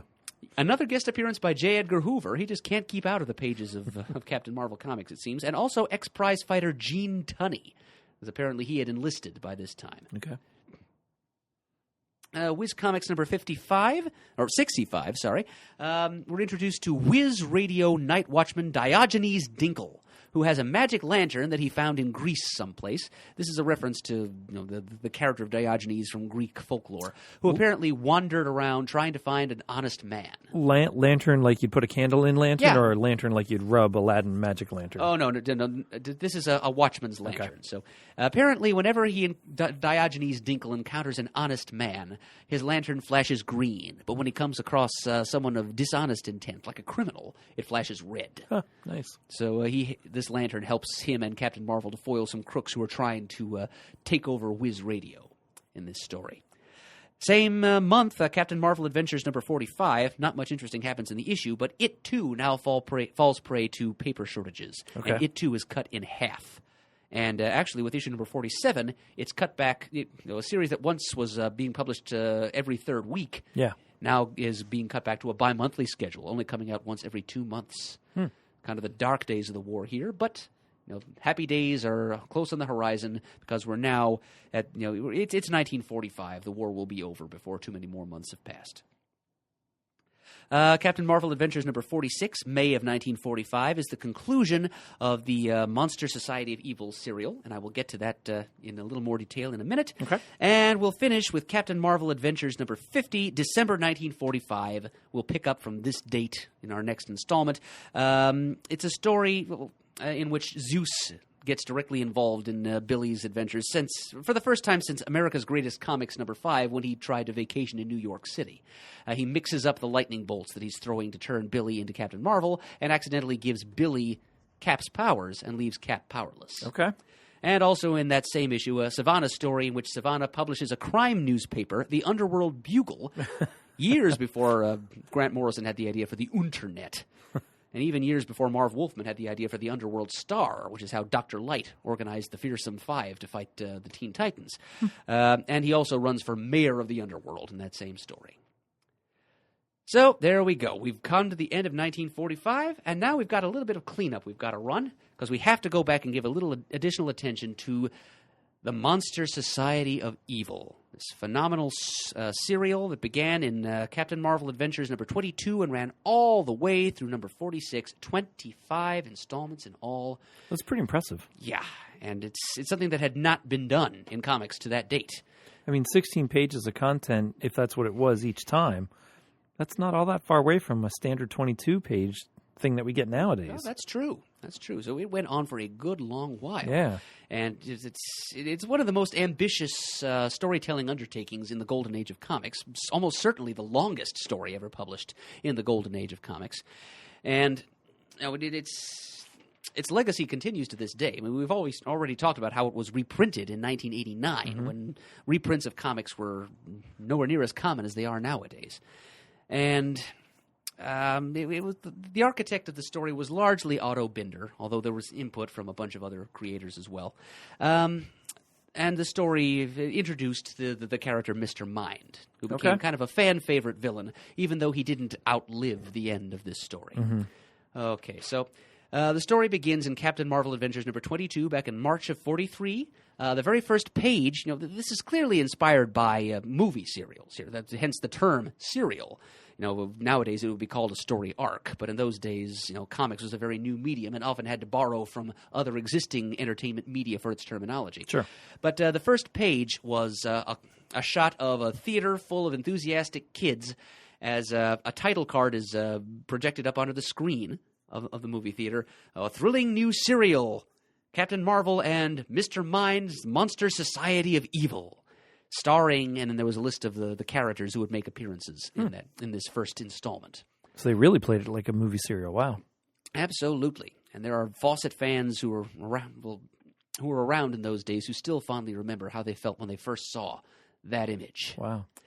And so the story then unfolds. We're introduced to Mr. Mind, but he is unseen at first. All right, his true identity and nature is kept a mystery at the beginning, largely because the writers hadn't worked out for themselves yet who or what Mr. Mind really was. Okay. But we are told that his name is Mr. Mind, space is his home, and he is the most evil being ever to live. So he's an alien, we know that. And he has a citadel of science set up on a planetoid somewhere out in the void of space. And he's monitoring all kinds of radio broadcasts from Earth, and he's chosen it as the target for his wrongdoing. He has organized his Monster Society of Evil, which concludes all the most black-hearted evil beings in the universe. And so every criminal on Earth and a whole bunch of alien monsters he's rounded up from various corners of the galaxy. All the members of the Axis powers, so all the Nazis and Japanese military and Italian fascists and so forth, they're all honorary members of the Monster Society, as well as a bunch of supervillains that Captain Marvel has already faced. So the story opens with Mr. Mind in his citadel. he has heard tell of the visiting Princess Rajabuti of India coming to the United States to present some jewels as her offer to help the war effort in the United States. And Mr. Mind radios Captain Nazi and tells him to go over there and intercept Princess Rajabuti and steal her jewels. And use them to help the Axis side of the war. And Captain Nazi says, "The Fuhrer will reward you richly for this, Mr. Mind." And Mr. Mind says, "Bah! Let me tell you something about your Fuhrer. I could make or break a dozen just like him. I'm only helping your Axis because it is evil. And so you are all honorary members of my monster society. You tell your Fuhrer that I will reward him if he wins the war. Now go." Captain Nazi then goes out and he disguises himself and ambushes Princess Rajabuti and tries to steal her jewels. It turns out there's only one jewel, a large black pearl, which was going to be of value to the Allied war effort, not for its monetary value, but because it had the magical power to function like a crystal ball, giving you audio and visual impressions of anything that's being done or said anywhere in the world and beyond. And so Captain Nazi is still kind of happy to have this thing, but Billy Batson happens to be on hand to cover the arrival of the princess for Whiz Radio, so he is able to stop Captain Nazi temporarily. Nazi but he still manages to grab the princess and the pearl and fly with her to his secret headquarters that Mr. Mind had set him up with. Captain Marvel trails him there. Since Nazi wasn't, he's not the smartest opponent that Captain Marvel's ever faced. He didn't cover his tracks well enough. But upon getting there, Captain Marvel then, he hears the voice of Mr. Mind for the first time, issuing threats. And he discovers the true scope of the threat of the Monster Society for the first time, because a door opens and outpours a whole bunch of gangsters, Nazis, Japanese bad guys, alien monsters, and some bad guys that Captain Marvel's already fought. Captain Nazi himself, of course, he's the one opening the door so the rest of the crowd can come out. There's also Ibac, and Dr. Sivana's there, and even the Nippo from Nagasaki, and Mr. Banjo. He doesn't do anything except stand there and smile wickedly. That's the only appearance Mr. Banjo makes in this story. So once again, somebody thinks he should be a threat, but nobody knows why. Dueling banjos. Yeah. So, he's going to drive you nuts. So this is all just the first issue. So then Captain Nazi and Ibac escape, and they're flying over to India because they learn that they can't use this magic pearl until they get its twin from the eye of a stone idol over there in India. And so Captain Marvel has to trail them back over there. Then part number 2 in issue number 23. And I'm going to just boil this down as much as I can because there's 25 issues to get through. Yeah. Issue number 2, The Jungle Trap. Captain Marvel faces Ibac, but a kind of villainous relay race has started off here with these pearls, these magic pearls as the MacGuffin. And so that's the thrust of the plot for the first part of the serial. Captain Marvel keeps fighting different villains of his, trying to track down these pearls and keep them from falling into Axis hands. Okay. So first he has to deal with Ibac. Well, first, Captain Nazi, really. He dispatches him. In issue 24, The Jungle Trap, he has to deal with Ibac. That was issue 23. In issue 24, The Second Pearl Harbor is the title of that story. And, of course, he's battling the Japanese agent Nippo from Nagasaki. Issue 25, Glaciers Over America, Dr. Sivana falls into possession of the pearls, and Captain Marvel has to thwart his plan to plunge North America into a second ice age. He finally wrests the pearls away from Dr. Sivana, and in issue number 26, Marvel meets Mr. Mind. Nice. This is when he uses the black pearls and their magic to discover the location of Mr. Mind's citadel out in space. He flies there for a confrontation with Mr. Mind. It's here that we learn that Mr. Mind has the power of mental projection and can animate certain synthetic host bodies he's created for himself. So Captain Marvel has to fight Mr. Mind as a goat man, has to fight Mr. Mind as a giant robot, has to fight Mr. Mind as this superhumanly strong circus strongman complete with a mustache. And all the time never suspecting Mr. Mind's true nature, although we, the readers, get a little hint when this nasty-looking little green caterpillar thing drops down on Billy's shoulder with a wicked smirk on its face. It's wearing spectacles, too. And then Billy's just like, and he is Billy at this point. In the early Captain Marvel stories, he's always reverting to Billy Batson for some reason. Sometimes it makes sense in the story. Sometimes he just does it randomly so that the bad guy can then get the drop on him and put a gag in his mouth. But he's Billy at this point. A worm drops on his shoulder, and he's like, away with you, worm. I'm after bigger stuff than you. You can practically see Mr. Mind raising his eyebrows at us. Because that is Mr. Mind. That little harmless green and black caterpillar is Mr. Mind. So for the rest of that issue, Captain Marvel continues to fight these synthetic forms. But Captain Marvel himself, Mr. Mind himself gets away. Then in issue number 20, Captain Marvel then wrecks the Citadel of Science. But unbeknownst to him, Mr. Mind stows away back to Earth with him and sets up a new Citadel of Science, very small in size, about the size of a child's plastic play sandcastle mold, in a rooftop garden right on the building of Whiz Radio itself. Captain Marvel all the time unsuspecting. And then Mr. Mind dispatches a couple of his earthly agents, including the first Crocodile Man, because those are some of his favorite henchmen, the Crocodile Men of Planetoid Punkus. So we get to see the first Crocodile Man in issue number 27, Mr. Mind on Earth. And it's in this issue also that Mr. Mind's true nature is fully revealed, both to the readers and to Captain Marvel.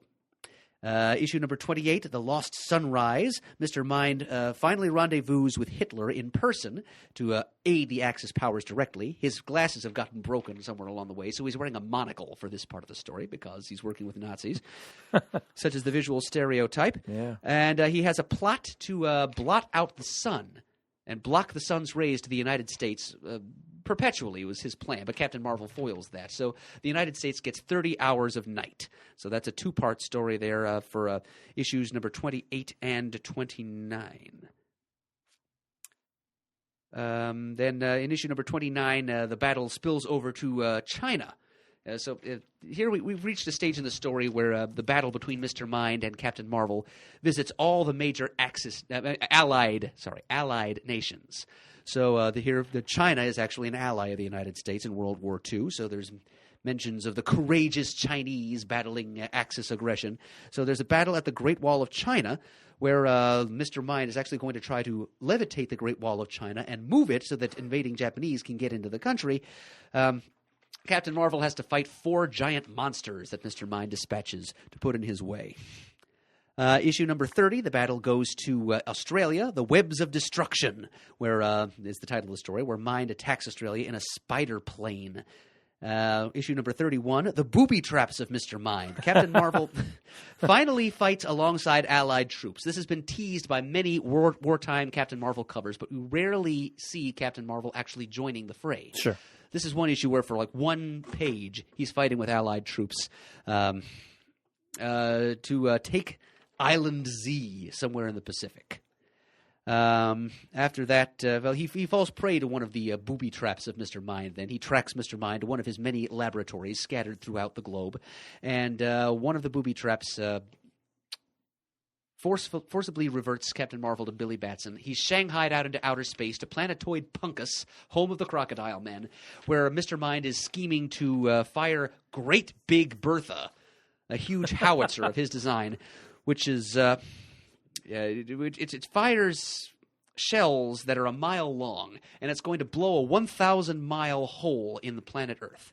And he's aiming it for North America. Captain Marvel is able to divert he destroys the first shell. The second shell he's only able to divert, and it's headed for Russia.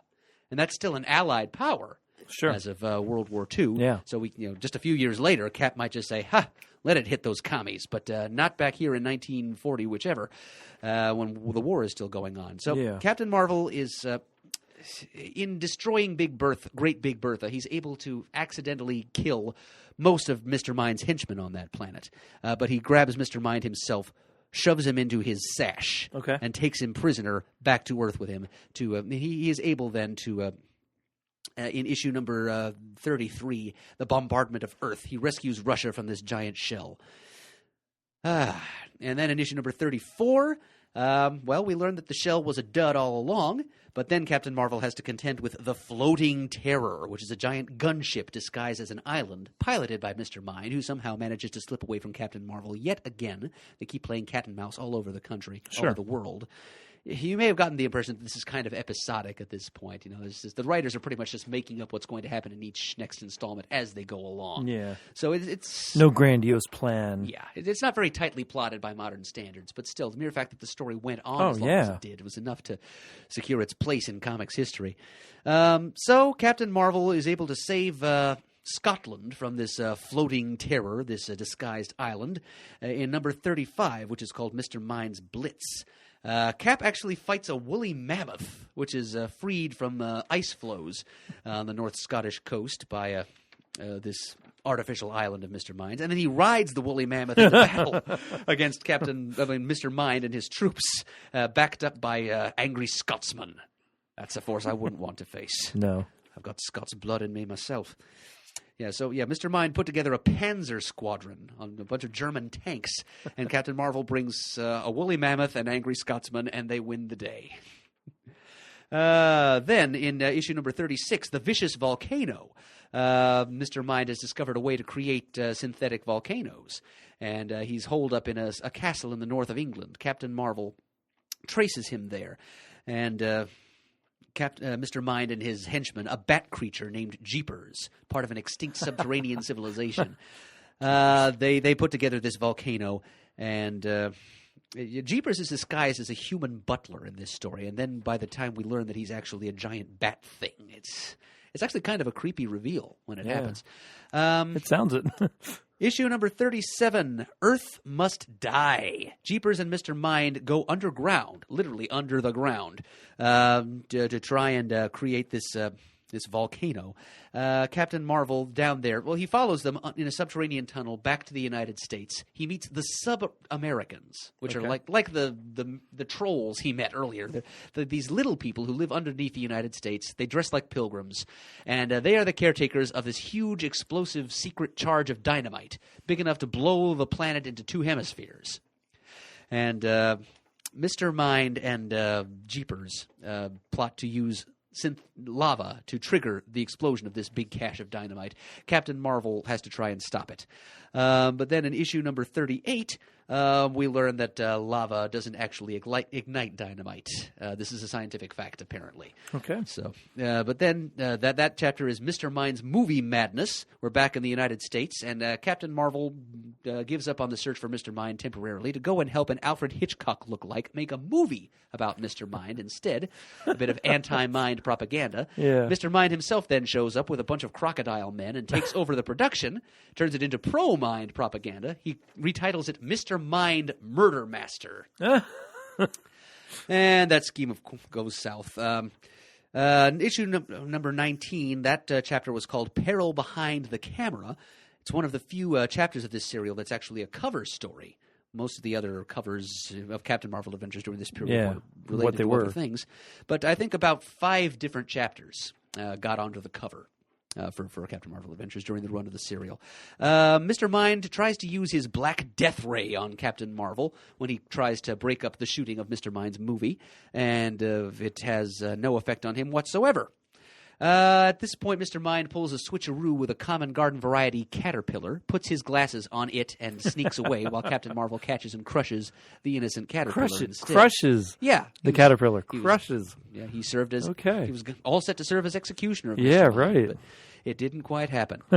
Okay, then in issue number 41, Mr. Mind's book, Mr. Mind decides to try a different tack to convince the world he's not such a bad guy, and writes an autobiography entitled Mind Kampf. And wow, timely. And he even another one of his henchmen, a hypnotic monster named Evil Eye, brainwashes Billy into being a copy boy in the publication office. But Billy snaps out of it eventually, and the issue actually ends with just about every issue of this thing ends with a cliffhanger. Usually with Billy Batson in some kind of mortal peril. But this time, Mr. Mind is actually in peril at the end of this issue. He's running for his life from his own printing presses, about to be crushed between the rollers. So that was a change of pace. Issue number 42, The Unholy Hydra. A common burglar saves Mind from his predicament, and Mind then turns around and creates a new synthetic monster for Captain Marvel to fight, the Unholy Hydra, which sprouts a new funny animal head every time Captain Marvel chops off an old one. Okay. And finally, he destroys that monster. In issue number 43, Mr. Mind loses his mind. Mr. Mind suffers amnesia and becomes a good guy, actually helping Captain Marvel. And his old cronies, his old goons, especially the crocodile men, turn against him and seek his life. By the end of that story, he gets another knock on the head and reverts to his old wicked self, although his memory is incomplete. So, in issue number 44, Mr. Mind's School for Evil, he attends a school that he had apparently established sometime earlier on to train recruits to his monster society down in the Florida swampland. And he re-educates himself in the arts of nefariousness down there.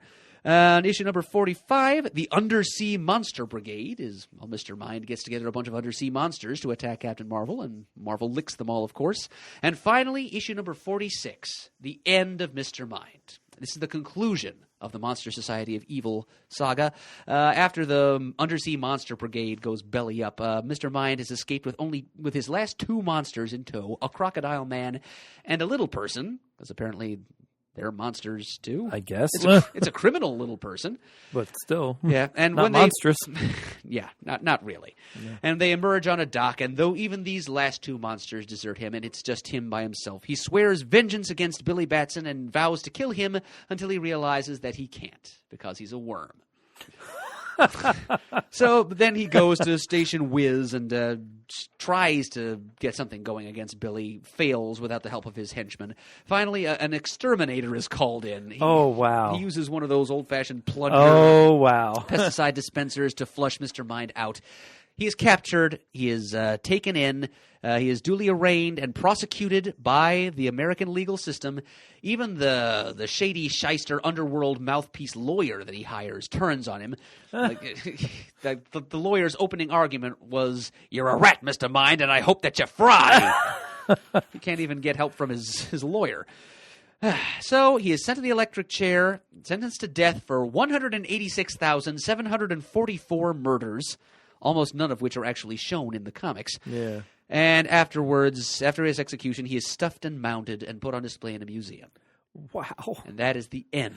That's a bit morbid. Of the saga of the Monster Society of Evil. And the very last panel is an editorial survey. It actually gives an exit survey for the readers. 3 questions, do you like serials? Do you like Mr. Mind as a character? Yeah. And one more question I don't remember. Huh.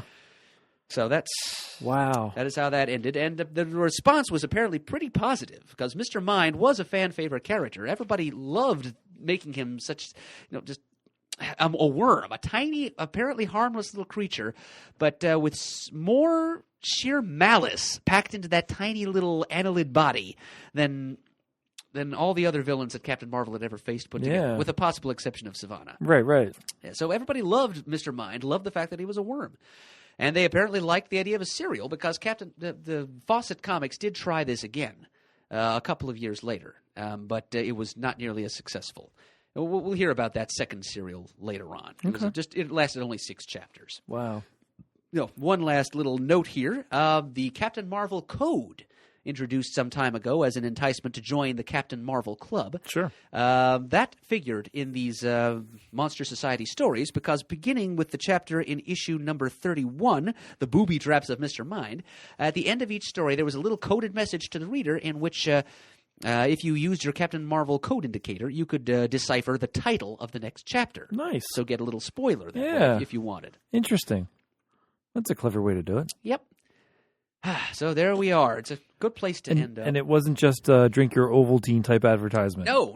It's very good. No, oftentimes the rest of the text was just, "Gee, how will Captain Marvel get out of this one, pals? Be here next week next month for," and then blah, blah, blah. The title would be in quote marks. And so I really didn't take the time to translate all the coded messages at the end of the stories, but I did translate the titles at least. Very cool. Just for the fun of it. Yeah. All right, and that's what Captain Marvel was up to between the years 1942 and 45. But now, before we end up, though, And I have to throw this in here because we have some additional input from a CGS stalwart listener, Library Boy on the forums, who actually contacted me when we hinted some time ago that we were going to be doing a series of SHAZAM spotlights. He contacted me over the forums and offered his services as a research assistant. And since this is, as I said to Bill, a family podcast, Sure. we don't want to leave out the other members of the Marvel family as we talk about what happened with Captain Marvel in the 40s. So I asked him if he wouldn't mind doing a little bit of research into the solo adventures of Captain Marvel Jr. and Mary Marvel and put together like an abstract for me. And he came back with something that he calls Junior and Mary, the Highlight Reel. So thank you very much, Bill Dowdy, a.k.a. Library Boy. I'm going to read to all of you listening in CGS land what Bill found about Captain Marvel Jr. to start with here. Okay, so as we know, his strip in Master Comics, his solo adventures, began in Master Comics number 23, February of 1942. Junior's solo strip begins. Freddy gets his newsstand job. He works there for maybe 30 seconds before Captain Nazi shows up in disguise and starts wrecking the place because of a headline claiming he, Captain Nazi, had been scared off by Junior.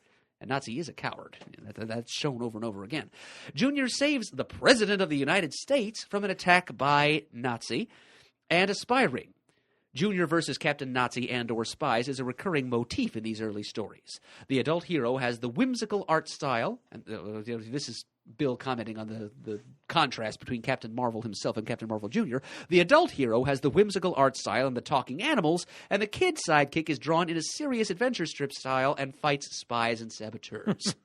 That is an interesting contrast. Bit reversal. Yeah, well, as we mentioned in the last episode here, Captain Marvel Jr. was kind of more aimed at kind of an adolescent readership, I'd say, a slightly older reader. People who didn't have time to wait around for some idealized, magical adult version of themselves to come in and save the day. They want to seize that power themselves. They want to be the hero. They don't want to have to turn into some Fred McMurray-looking, goofy, big red cheese to have to save the day. They want to be able to go in there and smack the Nazis themselves, and that's exactly what a lot of older kids reading these comics probably wish they could do, and that's the kind of wish fulfillment that Captain Marvel Jr. provided to his readers. So that might be why there's a slightly more mature tone, as we would describe it today, in these junior stories. All right, Master Comics 24 versus Mr. Macabre, the man who allegedly kills with his voice. So his revenge plot in this story. It turns out that he's really a disgruntled businessman named Philpott. And he appeared in the first month the same month as Mr. Banjo made his first appearance, and they had the same surname, as it turned out. Their stories were probably written by the same person. So Mr. Banjo and Mr. Macabre have a common link there. And the early Captain Marvel Jr. stories were written by a guy named William Woolfolk, by the way, who was one of Otto Binder's old friends and colleagues from his days as a science fiction pulp writer. Otto Binder was the one who brought Woolfolk in to write for Fawcett Comics. And Woolfolk was one of those members of the Fawcett staff who was never all that comfortable with writing for comics. Supposedly, he refused to even leave the Fawcett offices with any comics in his hand unless he had put them into a plain paper wrapper first. Oh, jeez. But he turned in some pretty good Captain Marvel Jr. scripts. So, Mr. Macabre. So his introduction story is kind of similar to the Joker's first appearance, where he announces crimes he's going to commit over the radio and then goes ahead and commits them. And he's kind of a creepy, gaunt-looking figure, too. He's probably based on Basil Rathbone. He looks a little bit like young Vincent Price, although I don't think his career as a horror actor had quite been established by 1942. Yeah. And he wears a business suit with a cloak and a wide-brimmed hat. So Mr. Macabre first appears. It's also the first time we see Freddie Freeman writing in his diary, a recurring gimmick used to introduce and or close his stories, similar to Billy Batson's radio broadcasts. So that was the framing device that occurred in the Captain Marvel Jr. stories. Master Comics number 26, Mr. Macabre returns, making him Jr.'s second recurring villain, one of the few that actually does appear for more than just a story or two, like Captain Nazi. And Mr. Macabre's face has turned green since his last appearance. He was apparently killed by a poison dart in his first appearance, but it turns out later on that poison didn't actually kill him, it just affected his skin pigmentation. So he's even more like the Joker now, that he's got discolored skin. Master Comics number 27, famous Captain Marvel Jr. fights for victory cover. Jr. in form of a giant stone V. Master Comics number 28. In a story where Junior has to rescue a captured American industrialist from behind German lines, Franklin Delano Roosevelt and Hitler both appear. Captain Nazi 2, Natch. Junior actually captures Hitler and brings him to justice in the United States at the end of the story, but it's revealed this is just one of Adolf's stand-ins. Not even the Marvel family could end the war that easily. Master number 29, great propaganda cover. Captain Marvel Jr. belts the Terror Twins, in which Jr. is seen smacking Hitler and Tojo in the bottom with a belt. That's laying it right on the line. Yeah. All right. Now, in November of 1942, Captain Marvel Jr. got his own solo comic. Junior's solo book debuts. Most art appears to be by Al Carreno, who does an able McRaboy impression, retells Junior's origin. Master number 34, December of 42. Captain Nazi gains the power of flight thanks to a special flying gas he steals from the French scientist who invented it that he has to inhale every so often. So Captain Nazi did not originally have the power to fly. But unlike Captain Marvel, who also didn't originally have the power to fly when he first appeared, Captain Nazi had to do drugs in order to gain that power. Oh, yeah, Captain Marvel just kind of developed it naturally. But Captain Nazi, he's a bad guy. He had to cheat. Nazi also gets a new cape to go along with his flying power because Nazis like to accessorize. Captain Marvel Jr. number 2. Captain Nazi assists Japan in the creation of the brutish, powerful, and powerfully racist Captain Nippon. Yeah, so I've actually read Captain Nippon's first appearance. He's this big, hulking, mostly naked bruiser. He doesn't even have the elegance or dignity of Captain Nazi. Another story introduces recurring villain, the Pied Piper of Himmler. Great anti-Nazi character name there. Captain Marvel Jr. number 4, introduction of the villain Sabak. So this is like Ibac. He's another bad guy who has his own magic acronym that he can say to gain special powers. His powers derive from his own devilish acronym, Satan, Eni, Belial, Beelzebub, Asmodeus, and Cratius. Also features a story where Junior deals with Sivana and Butia, which I'm pretty sure is his solo first encounter with the Sivana family. So yeah, Sabak was just this little nibbishy guy named Tim Carnes, real milquetoast who dabbles in black magic for fun. To win friends, he rescues a bunch of Nazi spies from Captain Marvel Jr., whom he sees as a big, handsome bully. The Nazis take him under their wing, and encouraged by them, he he does something he's been meaning to do for a while, invokes a bunch of demons and asks them to give him still greater power. And so they give him the magic acronym Sabak, which gives him various powers from the different demons. And he does this, and black lightning stabs up from underneath the ground. It's kind of like Ibac's green flames. Sure. The sound effect is sss, and he becomes the big, powerful, brutish Sabak. And he fights Captain Marvel Jr., but Captain Marvel Jr. defeats him by one, scaring the demons out of Timothy Carnes' body. Because Captain Marvel Jr. is so fearless and so pure of heart that even demons turn yellow in his presence. Wow. So there's a fairly major opponent of the Marvel family there. He got his own entry in Who's Who eventually. Oh, Sabak get out. did. Wow. Master Comics number 41. Freddy's cape is depicted as white on the cover. First time until the 90s, Bill asks. Captain Marvel Jr. number 10. Another great propaganda cover. Why is Captain Marvel Jr. so happy, and why is Hitler so miserable? One story shows Hitler taking the Nazis into space, teaming up with Moon Man, and involving the rest of the solar system in World War II. Another very racist story with a Japanese agent using a serum to turn American people Japanese. And Freddy travels back in time to the American Revolution to stop a time-traveling Sivana and meets his ancestor, a freeman, in the process. Master number 44, The Crystal City of the Peculiar Penguins. Whimsy. Junior helps to save super-intelligent penguins and their technologically advanced civilization at the South Pole. Think Gorilla City if it had been narrated by Morgan Freeman. Good one, Bill. Captain Marvel Jr. number 14, famous Christmas cover of Junior and Santa Claus in a Captain Marvel Jr. costume by Mac Raboy. Master number 47, A very goofy story, cartoony art style, not the usual sort of junior story artwork at all. Artist isn't listed anywhere I could find, says Bill, in which Hitler is angered at being made to look goofy in Captain Marvel Jr. comics, so he forces his scientists to find a way to give him powers. When Hitler says the magic word Ersatz, which is German for fake, he becomes Corporal Hitler Jr.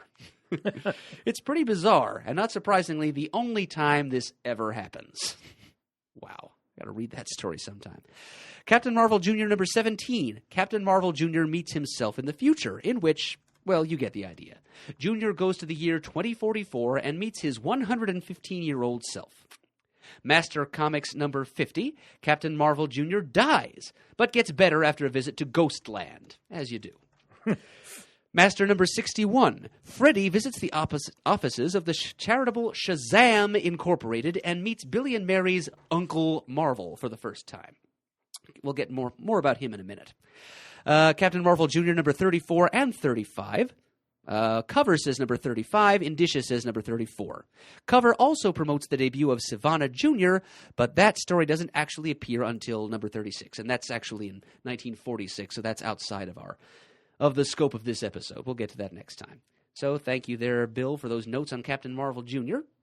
And here is what Bill has to say about Mary Marvel in solo action during the first half of the 40s. As we said before, she jumped over to WOW Comics and had a solo strip there, Mary Marvel, the Shazam Girl, starting in number 9, January 1943. Mary's first solo story. First page is Captain Marvel introducing her to her new place in WOW Comics, where she's greeted by series mainstays Mr. Scarlet and Pinky. And Pinky is crushing on Mary a little bit, I think. I think what we're meant to understand. The rest of the story focuses on Christmas and scam artists posing as Santa. Yeah, because they had hidden secret Nazi code in toys, and Mary and her society matron mother go and buy those toys to give to orphans, and then the crooks dress up as Santa Claus to try and steal the toys back. And it's all very grinchy. Cap, Mr. Scarlet, and Pinky come back to help out in the end, too, and wish the readers a Merry Christmas. Story by Otto Binder, of course, and art by Mark Swayze, who draws a very attractive Mary. Mark Swayze really wanted to draw the Mary strip all the time, but he was talked back by editor Rod Reed to drawing Captain Marvel stories instead. Much as Mark Swayze wanted to draw Mary Marvel, he was convinced that his talents were better served drawing the flagship character. Okay. So Otto Binder's brother Jack Binder ended up drawing a lot of Mary Marvel stories eventually. After post-1948, almost every Mary Marvel story was a brother act between Otto Binder writing and Jack Binder drawing. Huh. WOW Comics number 10, Mark Swayze does a famous and very pin-up-y cover.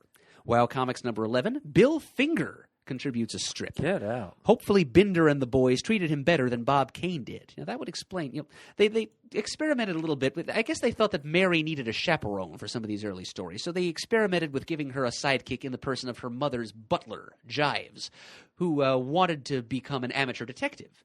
And that's pretty much exactly what Bruce Wayne's butler, Alfred was trying to do in the Golden Age. He was always trying to be a detective and follow the dynamic duo around on their cases. Yeah. And so Jives did that with Mary Marvel for a couple of issues, and Bill Finger's contributions here might help to explain that. But they ditched that idea pretty quickly of Jives tagging along as a detective.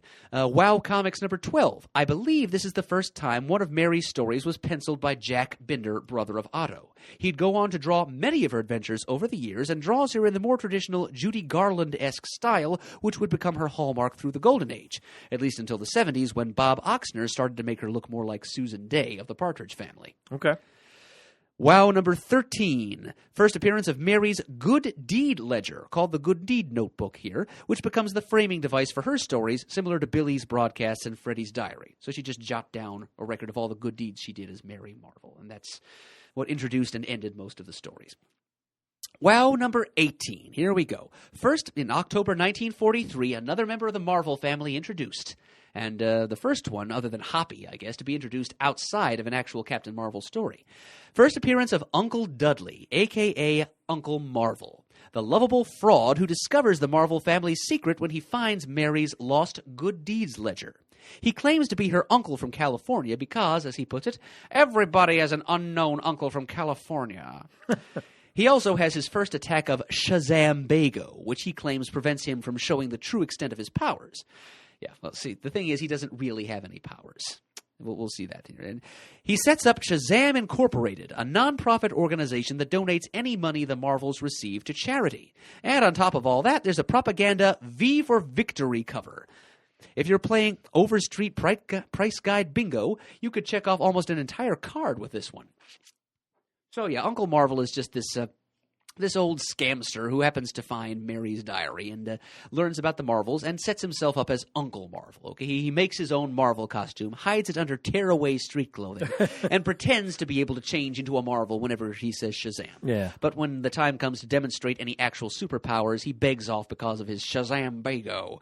But Mary figures out pretty quickly that he's a fraud when he says Shazam and doesn't transform. Yeah. So in this story, he sets up this not-for-profit organization. Well, his first intention for SHAZAM Incorporated was it would be a way for people to contact the Marvel family to get their help with solving certain problems or crimes in exchange for a small honorarium.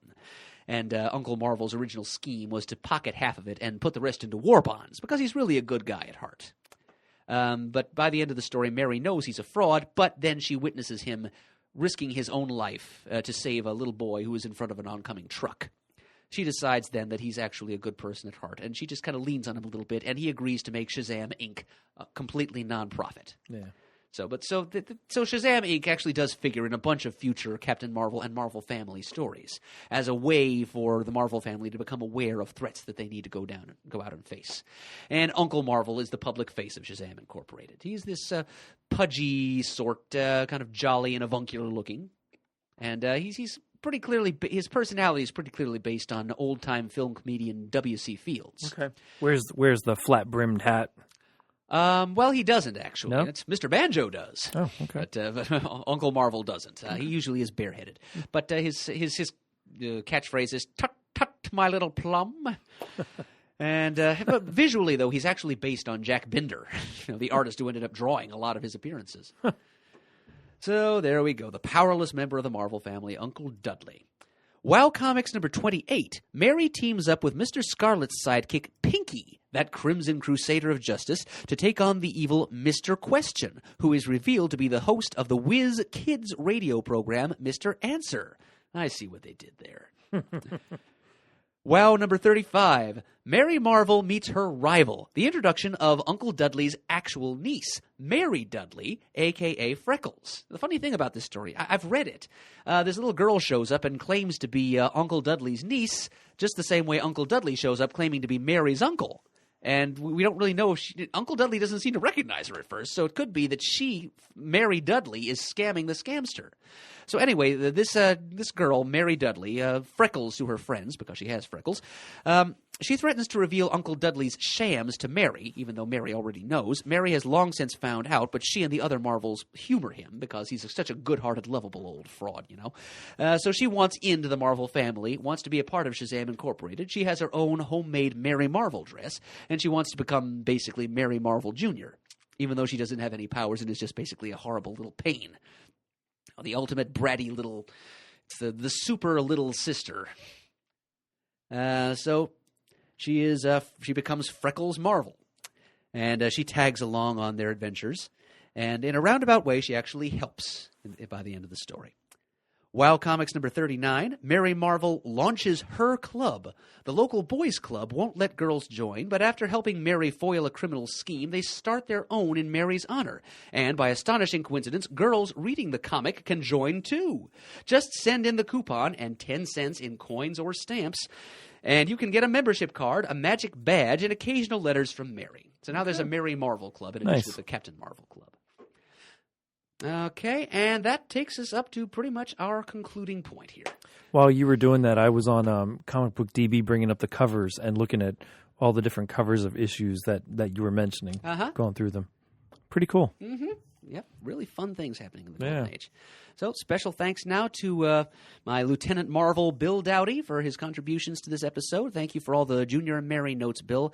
And if you'd like to hear more from Bill and his trademark wit, check out Trusty Plinko Stick at blogspot.com, I think is the address. Or just Google Trusty Plinko Stick, because that is Bill's blog where he has been reviewing and commenting on pop culture esoterica for many years. If you enjoy the kind of shtick I do on my my Time Bubble spin-off podcast. You'll probably like what Bill does with Trusty Plinko Stick.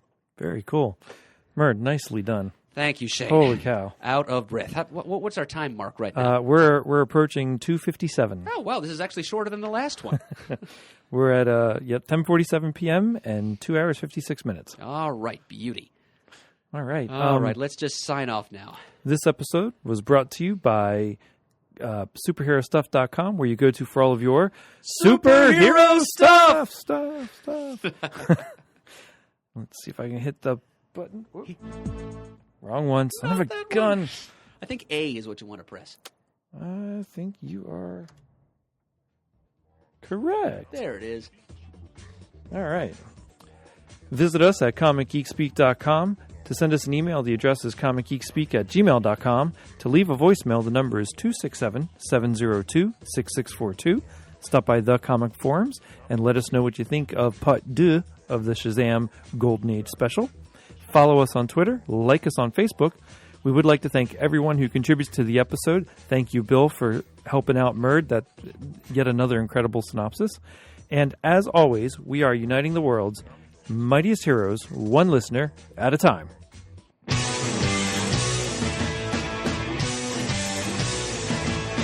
got it on Wednesday, and you was talking about it, going to the volume up. These guys will talk about it, everything that geeks love. From tapes to laser beams, opinions like the seasons, and everything you read. And comics, movies, games, toys, artists, comic geek speak, comic geek speak, comic geek speak, comic geek speak, comic geek. Uniting the world's mightiest heroes.